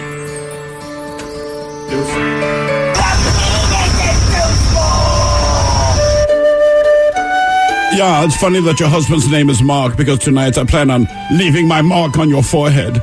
Yeah, I just say picks a spot, a.k.a. market. Yeah. It's just a little bullseye sounds, yeah. Hey, bitches, it's my dad's birthday. His name is John. He's turning really effing old today. I think you should talk all over yourselves about being old with love from his daughter, Heather. Sure, Heather, no problem. This morning I woke up. Oh, man. Sometimes they're fun. Being old, man, that's all right. The whole thing is thanks to gravity, you look a lot better when your clothes are off. You stand in the mirror and try to convince everyone it's always been that long. They've always been that big. And blood rolls that way, my man. And the bust stains on the penis. All right, guys, here we go.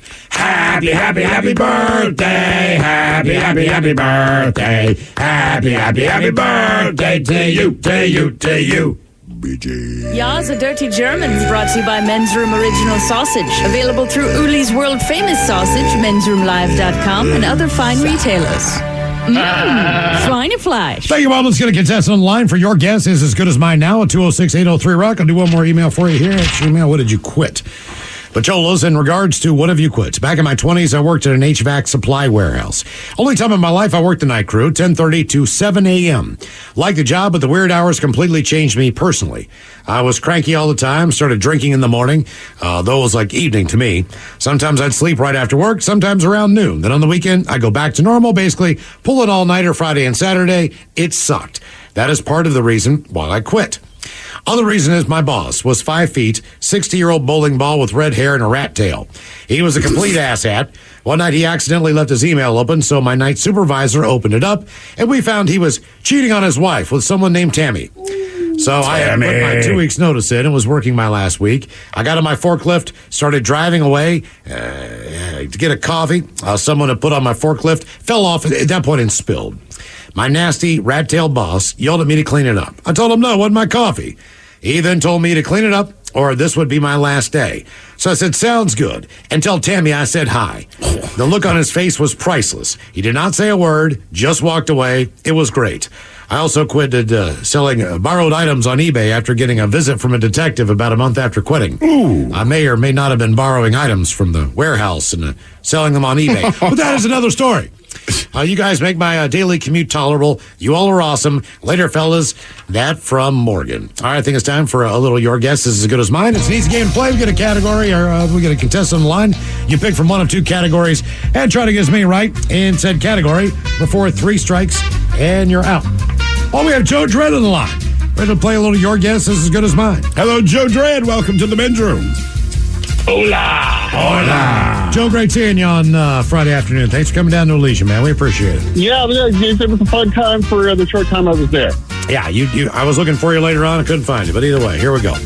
All right, to our 2 categories in honor of the Home Run Derby tonight, the All-Star festivities.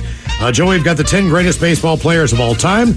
This goes over decades. I would say that for the most part, based on your age, you've probably seen all these players play, but the average person has probably only seen 2 to 3. Right. Being that you're 70 years old. And then we have the we have the 12 states where smoking is 50% more common than the rest of the United States. It's known as Tobacco Nation. So even though there are 12, if you get 10 right, I'm going to give it to you. So you're going to go smoking or the 10 greatest baseball players of all times? Well, I'll be honest with you. Baseball is my least favorite of the major sports. Okay. So I'm going, and I used to be a smoker for over 40 years. So let's go with the smoking. Okay. Residents of 12 states are more likely to smoke and to smoke more than people living in the rest of the United States, according to a new report. Truth Initiative, they're a nonprofit focused on ending tobacco use, has dubbed that group of states Tobacco Nation. This group of states is home to about 21% of the U.S. population, but 30% of the smokers in the country. Damn. Overall, smoking prevalence is about 50% higher there than the rest of the U.S. About 19% of adults smoke in that group of states compared to 13% in other states. So basically, these are the states where people smoke the most. So Joe, you know how to play the game, man. Get as many right in said category before 3 strikes, and you're out. And by the way, these states are in no particular order based on number 1, number 2, number 3. They're just the 12 states that smoke the most. Okay. All right, well, you know what, Miles, people like to beat up on you a lot, so let's throw West Virginia out there first, so see what happens. West Virginia on the list, yes. Yep, no surprise there. They're one of 12. They're one of 12. There's a couple of missions in here, by the way, that I'm shocked by, just so you know, but I can't figure out the math on this. All right. All right, well, let's try North Carolina. See, man, That's a strong that guess. is the one. That is the one. Simply because Virginia, they'd have R.J.R. Reynolds in Richmond. So they're the ones that produce Marlboro and Marlboro Light, a lot very popular cigarettes. They're the Bud Lights of the cigarette world, right? They're the Buds of the cigarette world. But Winston-Salem, North Carolina, and that's a very tobacco-heavy area. I mean, you're talking Newports, you're talking Salems, you're talking Winston-Salems. They just don't smoke them. They just don't smoke them, apparently. But they grow the hell out of tobacco there. Yeah, well, they're getting their money. All right, well, then let's try Texas next. Not on the list. Wow. Okay, 2 strikes. You know what, man? I'm thinking like Mississippi, I would Alabama. put Mississippi, Alabama, those kind of states on there. I was going to try to get to those, but I'm trying to Those are your aces in the hole. All right, well, look, if you're at 2 strikes, I'd play some of the Right, you got to aces choke now. up on the bat and fight this pitch off. Well, why don't you guys throw some ideas out there for me? What were you saying for Virginia, was it? I'm saying Alabama, Mississippi, maybe somewhere like Arkansas. Tennessee, possibly, man. I'm just thinking, like, these are places I've been where I watch people actively smoke as they're cooking your food at a restaurant. All right, well, then let's try that Tennessee, what Ted said there. Tennessee's on the list. There you go. All right, you got 2 out of the 12 so far. You only need 10. Yeah, I know. Steve, what was that you said? Alabama, Arkansas, and Mississippi. Let's go in that order. Alabama, you're good. Arkansas, you're good. What was the next one? Mississippi. Mississippi, you are good. All right. All right, you caught up there. You got 5 out of the 12. So far, I don't want to live in any of these places, despite of the fact that I'm a smoker. Some people are suggesting like Louisiana, Nevada. I was thinking Kentucky. How do you guys feel about Kentucky? Yeah, I would add Kentucky. yeah. It's right there with them. Well, let's do it. Kentucky. It's good. Woohoo! So far, you're correct with Alabama, Arkansas, Kentucky, Mississippi, Tennessee, and West Virginia. You have 6 out of the 12. You only need 4 more, but you have 2 strikes against you. Louisiana. On the list. All right. How do you guys feel about Florida? Man, that's a tough call. Because Florida is just like its own state. Right. Outside of like, I feel like all that, but I'm just saying like the SEC schools kind of travel together. Right, you kind of understand what's going on in all those states, right? With Florida, man, I don't know, because there's so many old people there that do not smoke. I would take Georgia before I take Florida. That might be a good call. Yeah, how do you feel about Steve? Okay, let's go Georgia. No. I was looking for that first strike. To be honest with you, Joe, you nailed the main ones, but the other ones are kind of outskirts of what I would consider to be the guesses he would take. All right, so how about North Carolina would be my number 1 guess, and I'm wrong. How about North Dakota? That is a great guess, too, because of the oil population. That's what I thought. But no, and I thought the same thing about Alaska, and that didn't show up either. What about Wyoming? Wyoming is not there either. All right, going with the texters here, say Ohio. Ohio is on the list. Ah, okay. Good job, texters. Virginia. Not on the list. Not on the list. Wyoming. Not on the No. list. No matter how many times we ask them. Thank you, Ted. Is Florida on the list? They are not. Okay. They're not. All right, hang on. What are we forgetting down there in the South? You've got the South covered. These are these are mostly Midwestern states. Oh. Somebody Michigan? suggested... Michigan's on the list. Really? Absolutely. I would not have guessed that. And I would be wrong. Wisconsin. Wisconsin, not on the list. Damn. South Carolina. Did we already guess that? Yeah, we did. I will say this. One is kind of like the city slicker version of Arkansas. Kansas? Oklahoma. Oklahoma's on the list? All right. To me, that's the city slicker version of Well, Arkansas. based on the geography of it, the other state is Missouri. Oh. So Missouri makes the list along with Indiana. So here are the 12 states where smoking is 50% more common than the rest of the United States. We have Alabama, Arkansas, Indiana, Kentucky, Louisiana, Michigan, Mississippi, Missouri, Ohio, Oklahoma, Tennessee, and West Virginia. There you go. On your guess is as good as mine. Show of the day's coming up. You are listening to The Men's Room. Hey sleepers, Casper here. Everything we do is to help you sleep. So in case you're sleeping now, we'll keep this quiet. This Labor Day, we're offering 20% off everything. Yep, everything. Even the Wave Hybrid Snow with its advanced ergonomic support and cooling technology, or the Casper, which offers 3 layers of signature Casper comfort for our coziest price. You can even save on blankets, sheets, and pillows to complete your bedroom. Spend your 3-day weekend well slept. Visit Casper.com or a store near you through September 4th to save on better rest. Exclusions apply. See Casper.com/promo. 99.9 KISW. The shenanigans continue. This is the Men's Room with Miles and Thrill. All right, coming up minutes, we'll drink and tell us for the shot of the day. And we do have your headlines on the way at 5:50. But first, quick check in with Mike Hogg and some of the stories and headlines he is not working on. All right, McDonald's announced a cookies and cream pie is going to be released in select stores.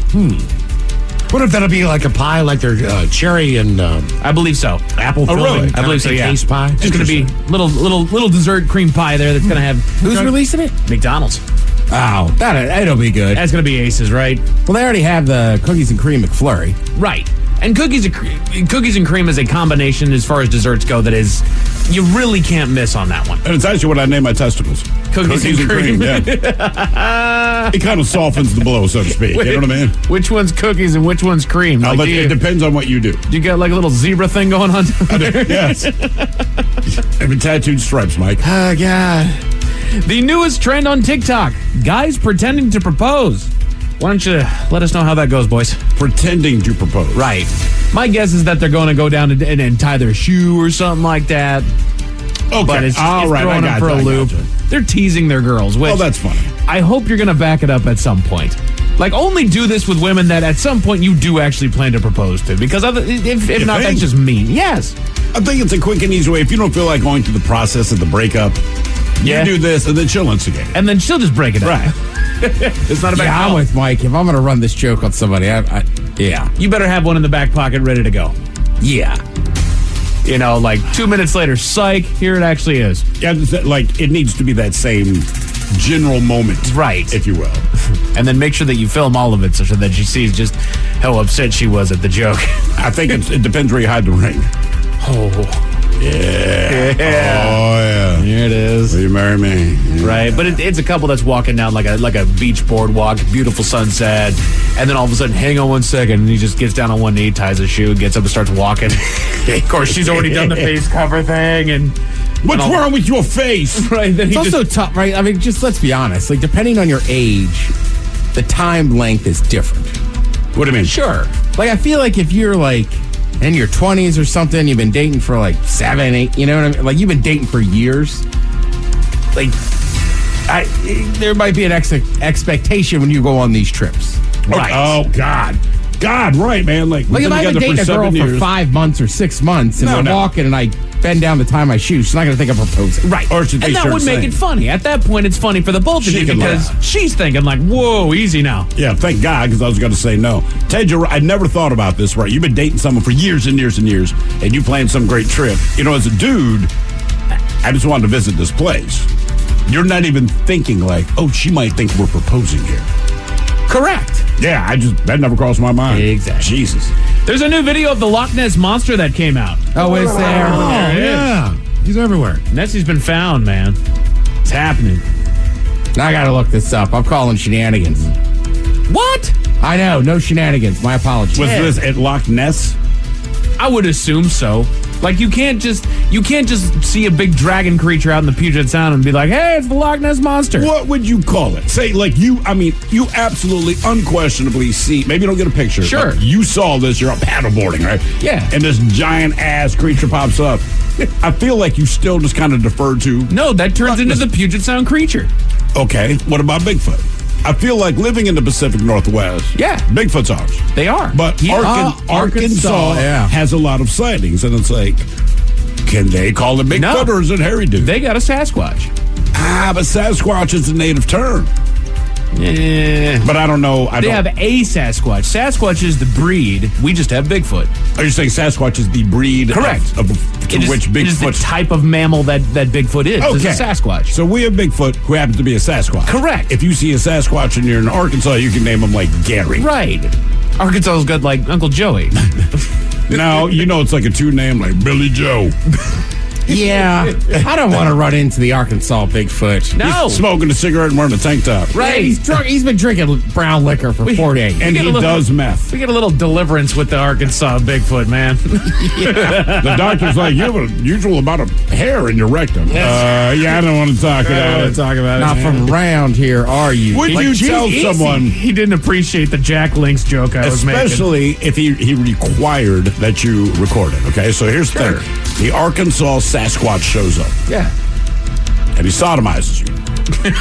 And he wants it recorded. Now, you have definitive proof that this thing exists. Do you go forward to say, look, the myth is over, he actually exists? It depends on how much I cried. I'm keeping it under wraps. If I'm squealing like a pig, as it were, no, that thing's buried. Yeah, I'm not saying a word. I'm destroying that Never tape. seen him. Dang, look over there, maybe.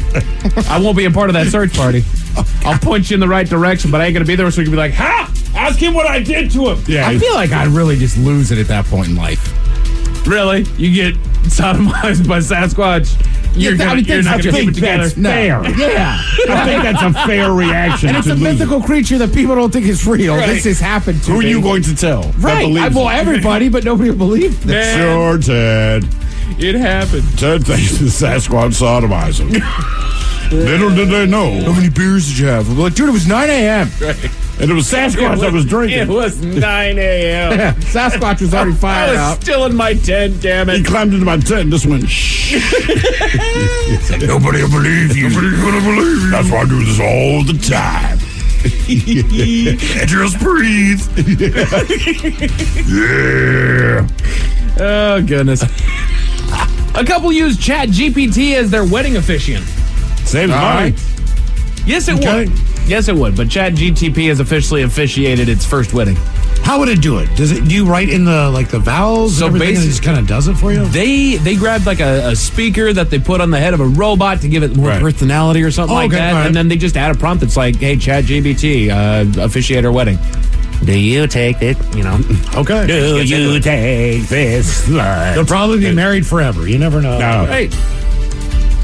Yeah, I would appreciate the wedding photos from that wedding.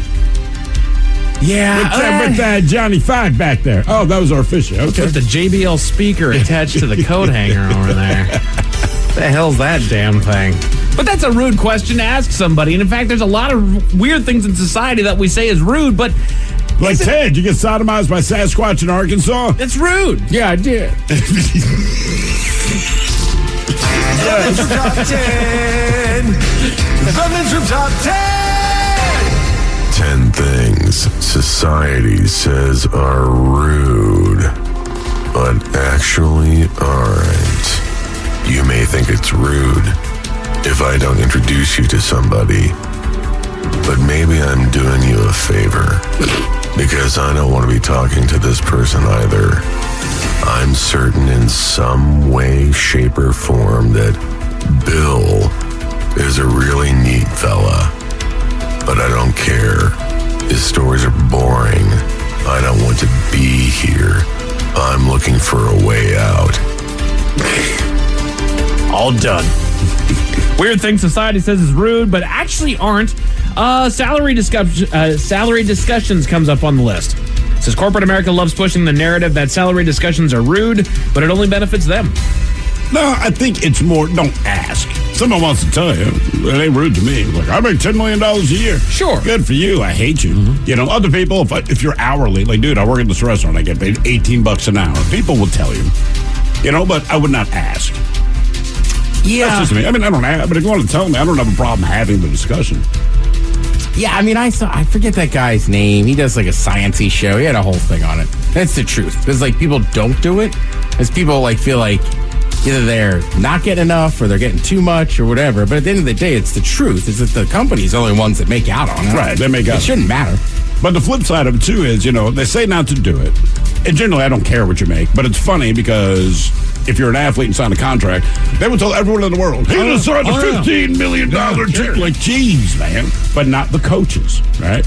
Not the coaches. You would hear about Sometimes, the too, players. you just got to be conscious. You know what I mean? Like, I have certain friends that just, whatever, they don't have those careers or whatever. So I have to be conscious not to say things to that, like, you can't always commiserate with somebody about things. There's a difference between a career and a job. You know, with the career, you might want to discuss salary among other career people to see what that career brings. Sure. A job, you will discuss your job with other people to see what that job, you know, if I work retail versus Local 32. right, a restaurant versus retail. Well, how much do you make? No problem talking about it. This is not our life goal, right? It's not the plan, but Yeah. Not being friends with your coworkers. says we don't choose our coworkers. Sometimes we have nothing in common with them outside of work. We're not obligated to attend happy hours, potlucks, or other activities with our colleagues. I would say you're not obligated to, but it sure does go a long way later on down the road as far as it could with your maybe making friends at your work that you didn't know. Sure. So outside of the environment of work, you have a chance. Maybe it makes your environment a little bit more work friendly as far as people getting along, wanting to work together. So just give it a They try. like their other people. Some people suck at work, but they're cool outside of work. Yeah. Sure. Some people suck outside of work and are cool at work. Some people just suck all the time. You might have a misconception of someone, and you go out, and maybe you're right, maybe you're wrong. But until you get into a different environment other than work, you don't know. Yeah. So I don't think it matters either way. Right. You're not paying me to be friends. Right. Right. You're paying me to do a job. Not drinking shows up on the list. People throw a fit when you refuse to drink with them. They ask questions about why you won't indulge and try to pressure you into changing your mind. Mm-hmm. I think that's just the drinking culture, that if you get into it, you want other people to be drinking around you. It also just throws people off if you're normally a drinker and you're not. Yeah. Outside of the month of January. January, right. Not responding immediately. The best thing about texting is that you can take your time to answer, or so we thought. Some folks get cranky when you don't respond to a text immediately. I actually had a family member that started talking to another family member saying, hey, what's up with him? He never answers my calls. I'm like, that's just what I do. Usually I'm busy when you guys are calling me. I've also been known to get myself into trouble talking about things when I need to talk with other people about them before right. I said anything in stone. Hey, you guys want to come on down? Me personally, yeah, I want to come on down, but then I have somebody else that says, actually, we've already scheduled to come on over here. So right now it's a thing. Now I have to call and go cancel because I opened up my stupid mouth and I got us into trouble. Yeah, I mean, look, I can be bad about it too. I don't know. You just got to be careful too. If you don't respond to people for days, then which is fine. Sure, That's your MO, but you can't be upset when people think something's up. That's true. I have a couple friends. No, you're very good about it. But I have a couple friends that just disappear for days on end. And then they'll be like, well, this sounds like, well, I don't know what to tell you. You don't respond. Right. You weren't here. You weren't here. Weird thing society says is rude, but actually isn't. Not hugging relatives. Well, it depends how much I like you. Right. Being related does not mean I like you. Right. It means that we're related. So there are a few people good to see you. Which is a lie, but I'll still say it. Yeah, and I think that's kind of slowed down over the years. Yeah. Like when I was a kid, it was always a big deal to make kids had to hug everybody when they left. I kind of like now there's not that pressure on little kids. Like, if they want to hug a family member or cousin or somebody, cool. But if not, no big deal. Because making them hug everybody is almost trying to preserve the feelings of that mean relative. You know, if the kid doesn't want to hug you, it should hurt your feelings. You, that's fine. Yeah. Right. Yeah. It might mean that you suck. I got a few change your ways. people tell my kid I don't like them either. Right. Right. Don't hug them. They're in town. I got to do this, but yeah, this is called being cordial. Hey, look, I'm generally a hugger. I have some family members. They do not like being hugged. They are not big on hugging. Yeah. So I said, okay, I won't touch them. There you go. Jumping right to it. It says, why do we insist on pointless niceties before asking what we want? Corporate culture has folks wasting time exchanging pleasantries rather than coming right out with the question. I much prefer that. And they'll even make a comment about it. Hey, so about this. Oh, just getting right to it, are we? I had... you're my boss. A.E. Dave said that to me once early on. Like, I remember what the situation was. I won't go through it. And I immediately addressed it. And he goes, not even a hello. I'm like, hi, what about blank? Like, you know why I'm here. Right. We can exchange pleasantries at the end, but business to me is business. Yes. Like, let's deal with the business. And then if we want to talk about last night's game, that's great. But that's not why I'm here, and you called me to your office for this specific purpose. So let's get to it. I shouldn't have to dedicate 10 minutes of my work hours to a conversation that should take 2. Yeah, I agree. Like I said, every meeting that takes more than 10 minutes is a meeting where you don't have your facts together. Sure. And you present your information, be done. I have stuff to do for you. Yes. At work. Right. I appreciate that you want to talk with me. Let's talk after work. Let's grab a drink. Weird things society says are rude, but actually aren't. Being quiet. Says we all don't always have to say things to say, though those who remain quiet in social interactions are often considered rude. Introverts are allowed to hang out too. I'm a guy that I tend to be decently quiet, at least I think so when it comes to conversation. I like the quiet ones. To people. I know that we're all loud, and then there's some other loud people we work with that I wish would shut up. You know what I mean? So it's like, I'm cool, man. Just on emails. Right. I mean, that is the truth of it. Asking folks to leave says, have you ever thrown a party then had to wait an outrageously long time for the last clueless guest to say goodnight? Yes. Yeah. Yep. And I agree with that one. And to be honest with you, I've been told to leave before, not me, Mike, leave. It's, hey, I'm done. I got to go to bed. Hey, man, we're wrapping it up. I got to get up early in the morning, man. Exactly. That's and all. There is no offense to it whatsoever. I can keep the party going wherever I go.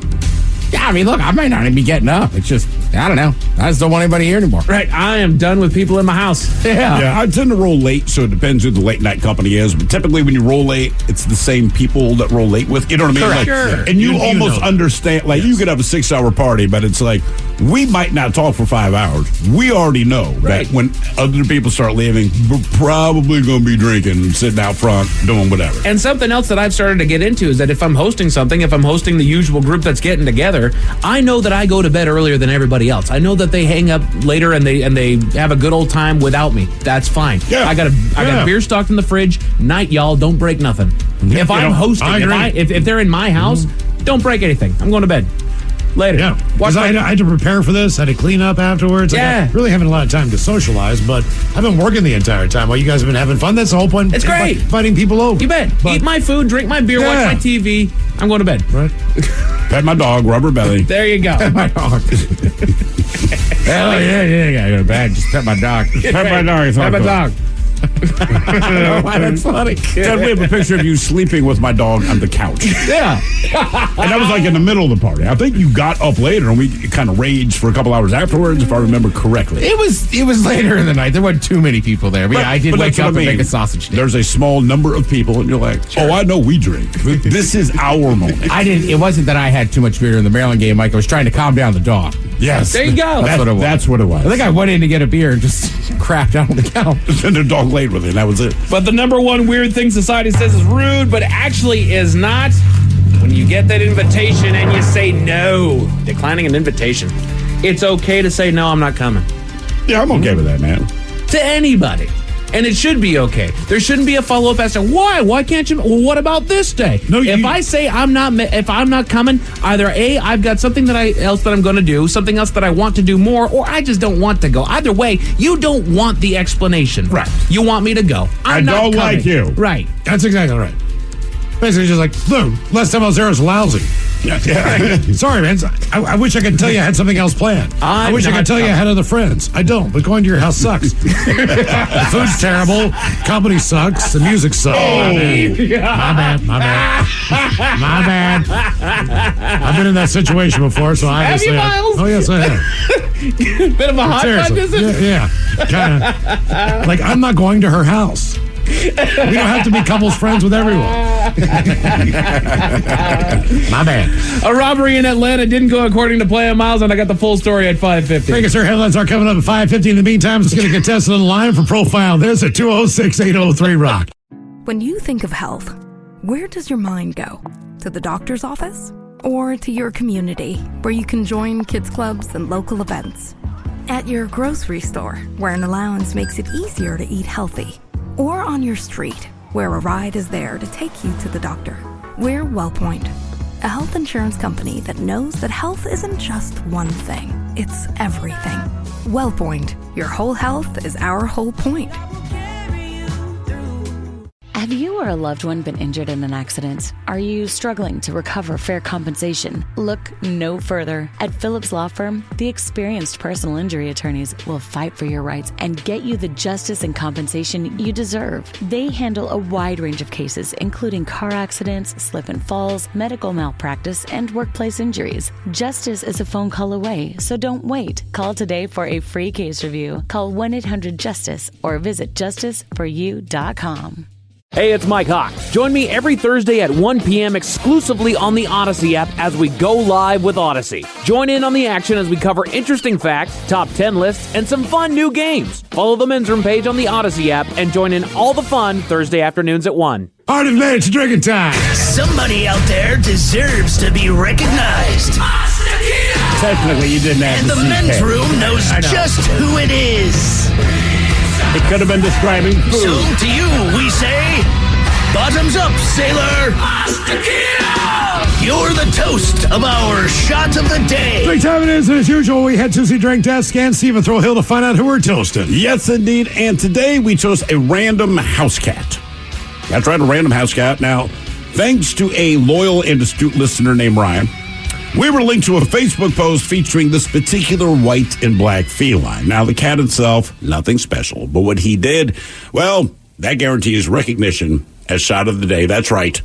The cat farted. And while it does not have the percolating bubbles of the otter fart or the deep, unforgiving, moist rumble of the rhino fart, it does shake its tail like one of those dancing inflatable tube men while farting.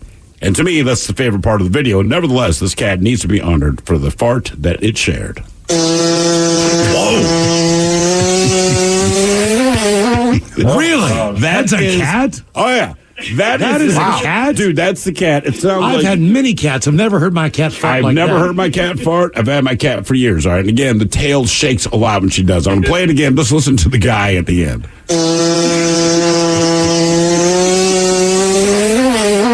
Oh, my gosh. I'm going to play it one more time because it entertains me. Again, this is just your standard house. I have a cat. I'm sure my cat farts. I have never one time heard my cat fart. Oh, my God. I think I should shock. That's a present. Oh, yeah. So whoever that cat is, cheers to you, man. Obviously not wet food. Oh, my God.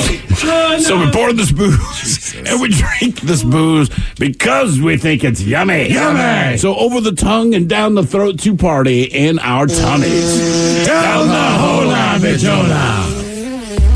The Men's Room presents Profile This. And Stephen Throwhill, could you please tell everyone how Profile This is played? Sure can, Miles. It's a simple game where we share with you a real-life news story, something that happened right here on planet Earth.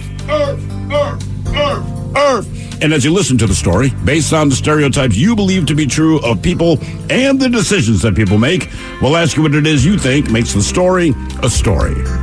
Hello, Eric. Welcome to the Men's Room. Liquor and whores. Liquor and whores. All right, Eric, you understand how this here game is played?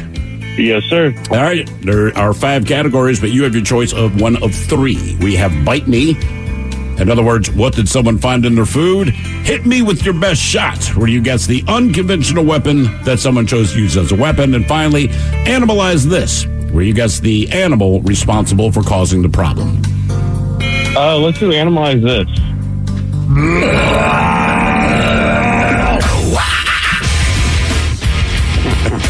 All right, here's your story. We go to Florida, believe it or not, where deputies are working to remove an animal from the middle of a highway. They ended up receiving help from a former Animal Planet star. The Monroe County Sheriff's Office and Deputy Mr. Jason Farr. He arrived at the upper portion of US 1 Overseas Highway to find an animal had wandered into the roadway and was now blocking traffic. Trappers from Pesky Critters Wildlife Control, they arrived to help Farr remove said critter from the road. Now, the wrangling was underway when the group was joined by Trey Huntoon, a wildlife wrangler and former cast member of an Animal Planet TV show. The sheriff's office said that Huntoon was on his way out of the Florida Keys when he came across the scene. Quote, "You never know when you're going to get a call in the Florida Keys. Never a dull moment." Anyway, the sheriff's office said traffic was backed up for more than an hour before the animal was finally removed from the roadway. The question is, we're in southern Florida, we're at the Keys. What was the animal? Was it a python? Was it a panther? What is an alligator? Or was it a snapping turtle? So python, panther, alligator, or snapping turtle.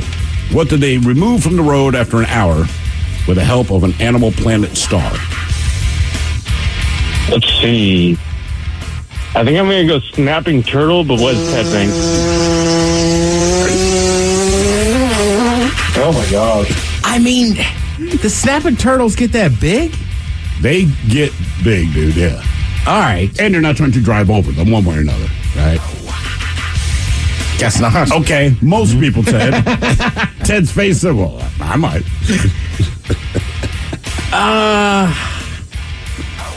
I mean, I want it to be a panther, but also I feel like cats are just so reactionary. I have a hard time seeing it just stand or sit down in a highway for for an hour. Agreed. I feel like a python, people would run over the damn thing, too. I would. Like, they wouldn't care, you know? We know you would. You know what? I'm going to go Gator. You're going Gator. Gator. Oh, yeah. Get up, Gator. He's just not moving off the highway. Right, and like, you can't drive over it. It's not even a thought. What do you mean? Why not? You drive over the I drive over a Gator. I mean, not to be, look, an hour, all right? So I would not try it first, but after, like, knowing my patience level, it has about 7 minutes to move. So if it's a Gator or whatever, like, I'm driving over your ass. I'm sorry. Eric, I'm going to join you on snapping turtle, man. Teddy, you going to stick with Gator? Stick with that Gator. All right, going to find out what was in the roadway there. Was it a python, a panther, an alligator, or a snapping turtle next? That was a tease. Oh, my God. So, I just got the State Farm Personal Price Plan on my car insurance. So you told your agent you play the bagpipes for your dog? What? No, I didn't get that personal. My agent just helped me create an affordable price just for me. Okay, let me show you what I've been working on. Hey, Buster! Call State Farm agent Sierra Belleville in Bellingham today. Prices vary by state. Options selected by customer. Availability and eligibility may vary. 99.9 KISW. We return to the men's room with Miles and Thrill. All right, the category is Animalize this on Profile This. We got a Florida animal wandering into the road, stopping traffic. Animal wrangler, who was like a TV personality, happened to be in the area, and he actually showed up to remove the animal. Question was, what was the animal on the roadway that was stopping traffic? Python, panther, alligator, or a snapping turtle? And Eric, that is the question that we posed to you. And with that, you and Miles Montgomery agreed on the old snapping turtle. Snapper. However, it was not the snapping turtle, even though Ted would have driven over it. Ted, you went with the gator. Gator. Even though I would have driven over it, you said you would not. And you are correct. Just the size of a gator. I just don't know that you could. You don't think so? It depends on how big it is. Some of them are massive. Like, yeah. Like, I just don't think you could drive over them. I guess it depends on the vehicle. It's like a huge speed bump. I mean, if I'm in like a big 4x4, I'm going over that. Yeah. It's not about a truck, but like if I'm just in a sedan, like, just turn around. I just don't think a python would stop traffic. I think people would just be like in their trucks, like, hell with it. So there's enough of them. Probably. Yeah. Now for all TV news all the time, it's time for TV Time with Ted. And now, because your pathetic life is confined to countless hours in front of a talking box, the Men's Room presents TV Time with Ted. So today you got the All-Star game, Major League Baseball All-Star game in town. There's been stuff going on down at the baseball stadium and the football stadium all weekend. Correct. Mike and I went down there on Saturday. They had, once you get in there, they had a lot of cool stuff in there, right? I also forget, I grew up playing massive amounts of baseball, right? Until I got to high school, I played in 3 teams every spring. But I just, over the years, I still love baseball, and it's probably the sport I know most about. I just don't care as much. Sure. So, there's just little things I forgot, like tops, like the playing cards. Yeah, they had a massive area set up in there. Also, credit to Major League Baseball.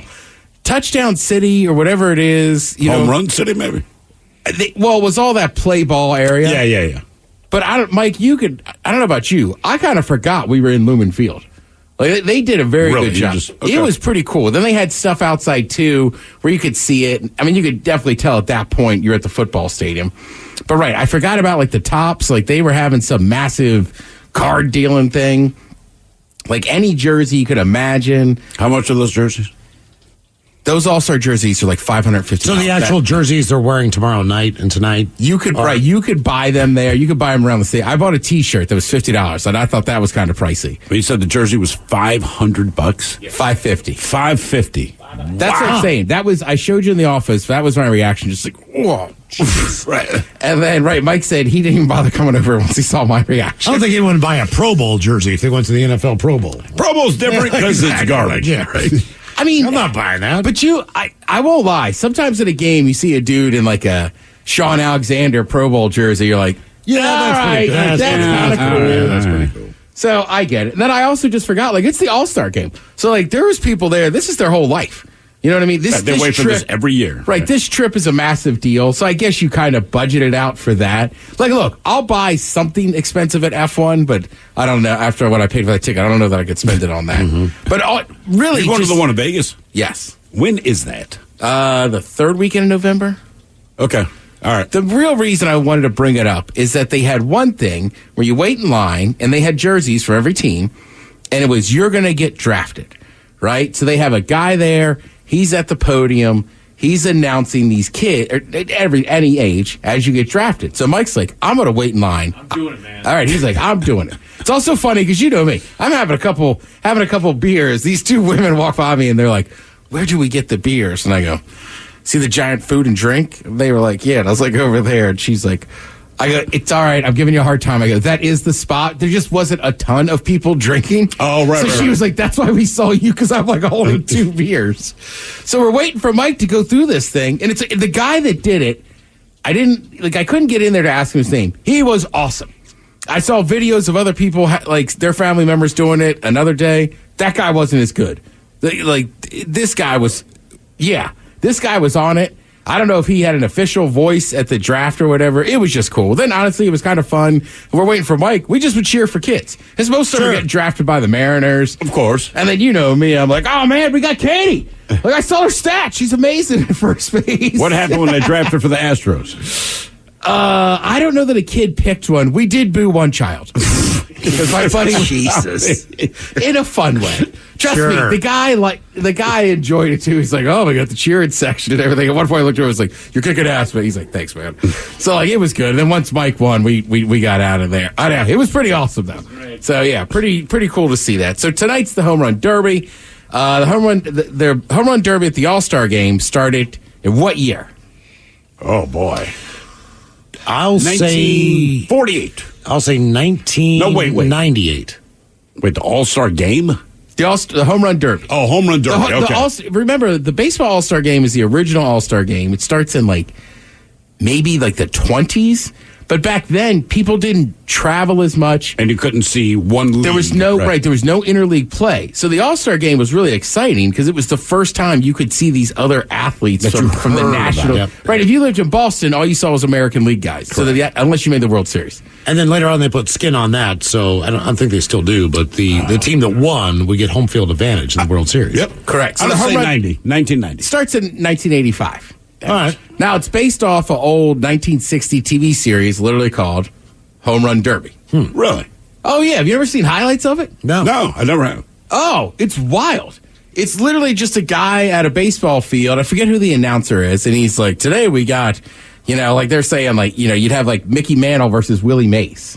So they just bring 2 people at a time, basically? Correct. And it was like a season-long series. You know what? I want to say they probably filmed it all in spring training because it's always very nice and sunny, and they're all down there. Okay. But that was a big show, so they started doing that. In the 80s, they just had Home Run Derby. It used to be pretty simple. Hit home runs. Mm-hmm. Nowadays, you got matchups and stuff. Sure. So I get the matchup thing, but it does seem odd. Like last year, I'm pretty sure Julio hit the most home runs, but didn't win the thing. Yep. But I think what happens is you make it evolve, and then after you kind of crest that wave, you go back to what it used to be, right? Where it's just hit home runs, and people get excited about that because, we're getting older, but you go generation by generation. Like every 15 years, if you switch it up and kind of keep it within 2 or 3 different things, people will be excited again. They will be. Right. And they've messed with the format a couple times. We were talking about it last week. Home run derby's fun to see. Now, granted, some guys don't like to do it because they think it just ruins their swing for a few weeks after that. Okay, fair enough. It's a different kind of swing when you're just sitting there trying to... Swinging up. Right. Just trying to crush stuff, which is pretty tough. But when you look at the names of the people that have won it, it doesn't shock you that Griffey's won it, right? Of course. It shouldn't shock you that Mark McGwire has won it, Barry Bonds, Frank Thomas. These are guys that hit... Griffey's won it 3 times. What is Frank Thomas taking now? Extends. No, it's something like that. Oh, no, it's him and Doug Flutie and... Because he keeps winking at the camera, and the ladies would like it too. I think it's testosterone. Yeah, but there's some name, yeah. Eugenics. That's it. But Cal Ripken Jr., he won it in 91. No way. Yeah, that's what I'm saying. There's some guys that show up. Odd. Yeah. You never thought of him as like a home run powerhouse. I would say Brady Anderson. But I guess that was later. Correct. And Brady Anderson, remember, had one amazing year where he led the. He hit more homers as a leadoff hitter than anybody in the world. I wonder what happened. Then he got popped. Right. I always like Brady Anderson. If you grew up in the Baltimore area, your mom and sister love Brady Anderson. Oh my God, yes. And Cal Ripken, your mom did. But there's a lot of stuff going on down there. Like I said, tonight is all that. And it's just cool. Like, I didn't see any of that drone show. I've always seen highlights of it. That looked amazing. Dude, I saw that on the news last night. I'm like, I should have taken the kids to that. For real. Yeah. Man. And by taking the kids, give me an excuse to watch that. Yeah, I mean, not only that, Mike and I saw a Budweiser. Mike, that Bud truck was still down there, right? Yeah. This Budweiser. Freedom truck. Yeah, it's literally called the Freedom Truck. The license plate said something like, you could, something like taste freedom and the roar of a bald eagle. You get a dog. It was, I'm telling you. You get a free beer and a free bald eagle. That Budweiser truck was one of the most amazing things I've ever seen in my life. Take a Clydesdale home. Also ironic because it already had a parking ticket on it. Are you kidding me? Are you serious? You can't ticket that thing. Yes. It's like ticketing the Wienermobile. Come on, Seattle. I mean, damn. Karen Parker. Dude, we're the Bud truck, man. Mm-hmm. Karen Parker. Well, Bud had a lot of trucks down there. They had the Clydesdales in one area. They had their other big trucks. This was like a pickup truck that honestly, it literally was the Freedom truck. It screamed freedom. There was like a bunch of girls working it. You could get like T-shirts and everything and take a picture with the truck. You hug the horn and just screams freedom. Yeah. My buddy tried to get a picture. And they were like, oh, on the inside? He was like, yeah. And they were like, yeah, get in there. And he was like, in the driver's seat? And they were like, no. Oh, you're pushing it. Well, man. We're being nice. The seat that you want in the Freedom truck is the driver's seat. Hey, I understand this, Mike. I want to drive me some freedom, damn it. I want to be a passenger for freedom.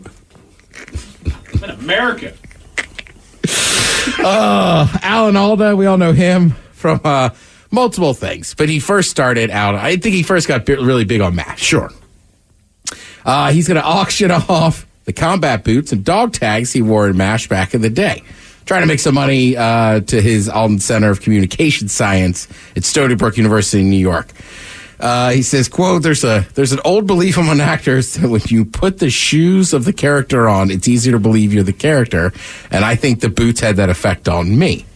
Which, when you're supposed to be playing a soldier in the Korean War, yeah, I bet you feel more like a soldier when you're wearing combat boots and fatigues. I believe that. You hear a lot of actors say that.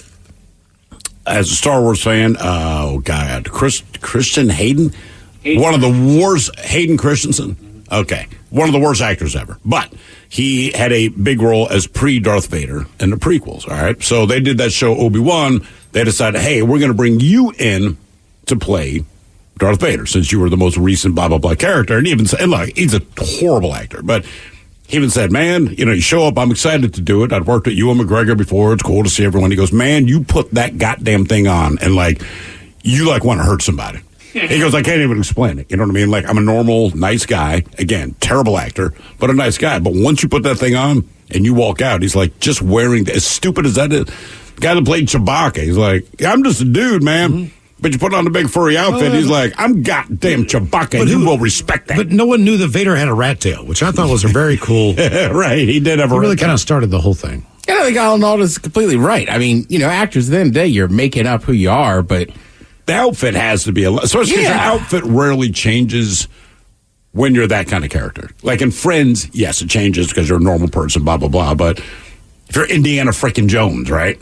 Here's the whip, here's the hat, here's the jacket. Like, I'm Indiana goddamn Jones. And obviously, we know now, we have plenty of characters that we know that are kind of dumb or whatever. And you realize, the actor's not like that at all. But same thing, when they put on those clothes. That's who you are. And look at Rainn Wilson, right? I was reading a headline the other day that said he wasn't exactly pumped for some of the seasons of The Office. And he just thought he'd be in movies and stuff. But you put on those glasses, you put on Dwight Schrute gear. It's like, all right, a yellow button-up short sleeve shirt and a brown necktie. You're Dwight Schrute, brother. Yeah. Or my 7th grade biology teacher. Right. You're where a lot of people's middle school biology teacher, that one. I haven't looked at anything. Hopefully Julio's doing well after I guaranteed he was going to win earlier. Well, Ted, you said the jersey for the Major League Baseball All-Stars, $550. Steve, I've got great news. What's that? Your Baltimore Ravens, if you wanted to buy a Pro Bowl jersey of the Ravens quarterback from last All-Star year, game. No, Pro Bowl. From Pro the Bowl. NFL. Okay. So if you want a Ravens, Tyler Huntley. If you want a Tyler Huntley jersey, it's $68.99. Yeah. Just to give you an idea. Thank you, Tim. We appreciate it. You're listening to the Men's Room. The Men's Room returns with Miles and Thrill. Now, let's see what's happening in the real world. All right, here we go. Atlanta man attempts to rob a nail salon, except that no one there seemed to care. Meanwhile, a burglar breaks into a Missouri laundromat dressed as a hare. Regular customer walks into a pet store, steals a monkey, then walks out the door. 3 Miami TSA agents use their jobs as a way to score. And a Nevada resident is asked to give back his personalized license plate. It's time for your headlines. Now, it's time to hit the headlines. Here's my cop. All right, our top story. We go to Atlanta, where a robbery just didn't go according to plan. Surveillance footage shows the robber as he busts into a salon and held up a hand covered in a plastic bag, mimicking that he had a gun, which obviously did not hide it particularly Wait, where did well. this happen? This was in Atlanta. Okay, that's why. He shouts to the patrons that he has a gun and that everybody needed to get on the ground and give him all their money. Not fazed at all by his threats, the patrons continued about their business, giving him no satisfaction. After a few moments and shouts without any response, the robber just turned around and left. Where's the money? Sounds about right. I know you guys got the money. Give me all your money. No, I don't have any. I got my purse is empty. I don't have anything. He just turned around and left. To Nevada, where a man lost his license plate. The DMV received a complaint of his plate, which read, quote, GOBK2CA, alluding to the phrase, go back to California. Sure. After receiving the complaint, the DMV issued a recall of his plate, but the owner is appealing the decision. What? Who cares? You're in Nevada. One person cares. And you know what? I guarantee you, that person's from California. Yeah. That's a very It good doesn't matter, man. People have bumper stickers, license plates, all the stuff. Right. Whatever. And really, we're going to call in complaints about license plates? Because you can, Mike. I guess. Because you can. Like, I I can't. want to complain about the stickers in people's windows. Is that okay? No kidding, dude. Like, Yeah, I but we've can't. gotten to a point. If one person complains, then Then it's unacceptable. Right. You annihilate it for everyone. Is this Calvin guy peeing on the Chevy logo? Right.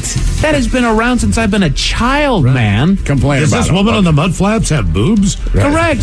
And as far as license, vanity plates that I've seen, go back to California is fairly mild. I've seen a handful that are at least on the edge of where I can see where they would get scrapped, but And even then, whatever, man. It's fine. Right. Don't worry about it's it. a license plate. Guess You what? paid extra money to say that. Right. If you don't like it, change lanes. Or you know what? Run into them. Who friggin' cares? Like, Mike, that's not good advice. I know. it's Going not. back to Caliello. Sometimes I hate these people getting in their way. TSA in Miami just weeded out a couple of bad eggs. 3 agents have been arrested after it was discovered that they were stealing from passengers during the screening process. Security footage was brought forth that showed the 3 distracting the passengers during screening as they went through and stole their belongings, one instance garnering $600 in cash from a man's wallet. TSA released a harsh statement about the incident concerning the administration's ethical standards. Whatever, man. Right, we know that this isn't your You MO. do not promote that. We understand that. They're still on your watch. That's all. Yeah, you know what? That's a good call. But we don't think you hired them to go, hey, man. So we understand that. Every profession has some bad people working for it. Correct. We don't have to defend our position on them. We know that's bad. Right. That is not what we're asking you to do. That's why it's in the news. Right. Right. It'd be bigger news if you're like, oh, no, we absolutely, it's part of the contract you signed. Well, and also, even if they did, condone it, they're not going to tell you that. Hey, that's another good What do you point. think about these 3 that were robbing them? Oh, no, we told them to do it. No, it's cool. We didn't tell them to do it. We just don't care. Any way you get that bag, man, that's just called a side hustle. Like, of course they're going to say it. So don't ask. You know what the answer's going to be, so don't even ask. Don't care to ask. Don't go looking for it. Like, doggone it, gang. I know, it's ridiculous. I'm getting fired up by my headlines today. A little bit. Up to Canada, where a judge in Saskatchewan may have just opened a can of worms. In a trial related to a grain buyer and supplier, the buyer agreed to purchase 86 tons of flax from the supplier, inking up a contract and sending it to the supplier in a photo asking them to respond to said contract. The representative for the supplier responded with a thumbs up emoji, which the buyer took as entering the agreement. But when the shipment of flax did not come at the agreed upon time, discussions began about the agreement. But by that time, the price of flax had gone up and the supplier was demanding more for the delivery. After taking it to court, the judge ruled that the thumbs up emoji did indeed count as a binding signature on the contract and ruled that the supplier needed to pay. I think it's ridiculous. It's Canada, so they got their own rules. And I don't know how they work, but man, if thumbs up's the equivalent of a signature, there's a lot of contracts that have been signed. That's fair. There's a ton of contracts that have been signed. Also, if the thumbs up's the equivalent of a signature, don't make anyone sign anything. If I go to court and you say, do you swear to hold the truth, blah, blah, blah. If I just hold my thumbs up, if you believe that's right. Sure enough. Look, man, if thumbs up is the equivalent of a signature, then you'd think you'd be able to make any kind of handshake deal. People don't do handshake deals. They still make you sign a contract because that's not a deal. Sure. Right? Well, you know what? This is Canada. So maybe in Canada, if you do shake on it, and I think the thing is that you can prove with that emoji that there's actually here, he sent this emoji. There's actually a trail there that they can prove that he sent it, whereas you can't exactly prove a handshake. Well, no, they proved that he sent it. The guy did not deny he sent it. He said, I was letting them know I got the contract. Right. But what I don't understand is why communication just ceased after that. So the guy's like, okay, cool, they agreed to it, now we'll just wait for it. The guy never followed up. This is a supplier looking to get money for his product. Yeah. How do you not follow up saying, hey, I've signed this contract, or hey, we need to renegotiate before the time when the delivery is supposed to happen? Why did it just go away for several days? I don't think, because the supplier, I don't believe, ever actually agreed to the deal. Yeah. I just sent a thumbs up. You think that whatever. he would? You're selling the good. But that's it for your headlines. With that, Mike Hawk is out. Thank you, sir. We'll see you next time. Lovely Taryn Daly joins us. We'll sit and spin, and Taryn Daly's up next. Yes, indeed. It's all true. But in the meantime, we be all about this bitch for 180 seconds or so. So until then, please do what you do best. And for Aletha's sake, stay beautiful. The Men's Room has been taped before a live studio audience. Wardrobe and makeup provided by Mantastic Limited. This has been a presentation of the Men's Room Radio Network. Oh, man! A Double Flush production.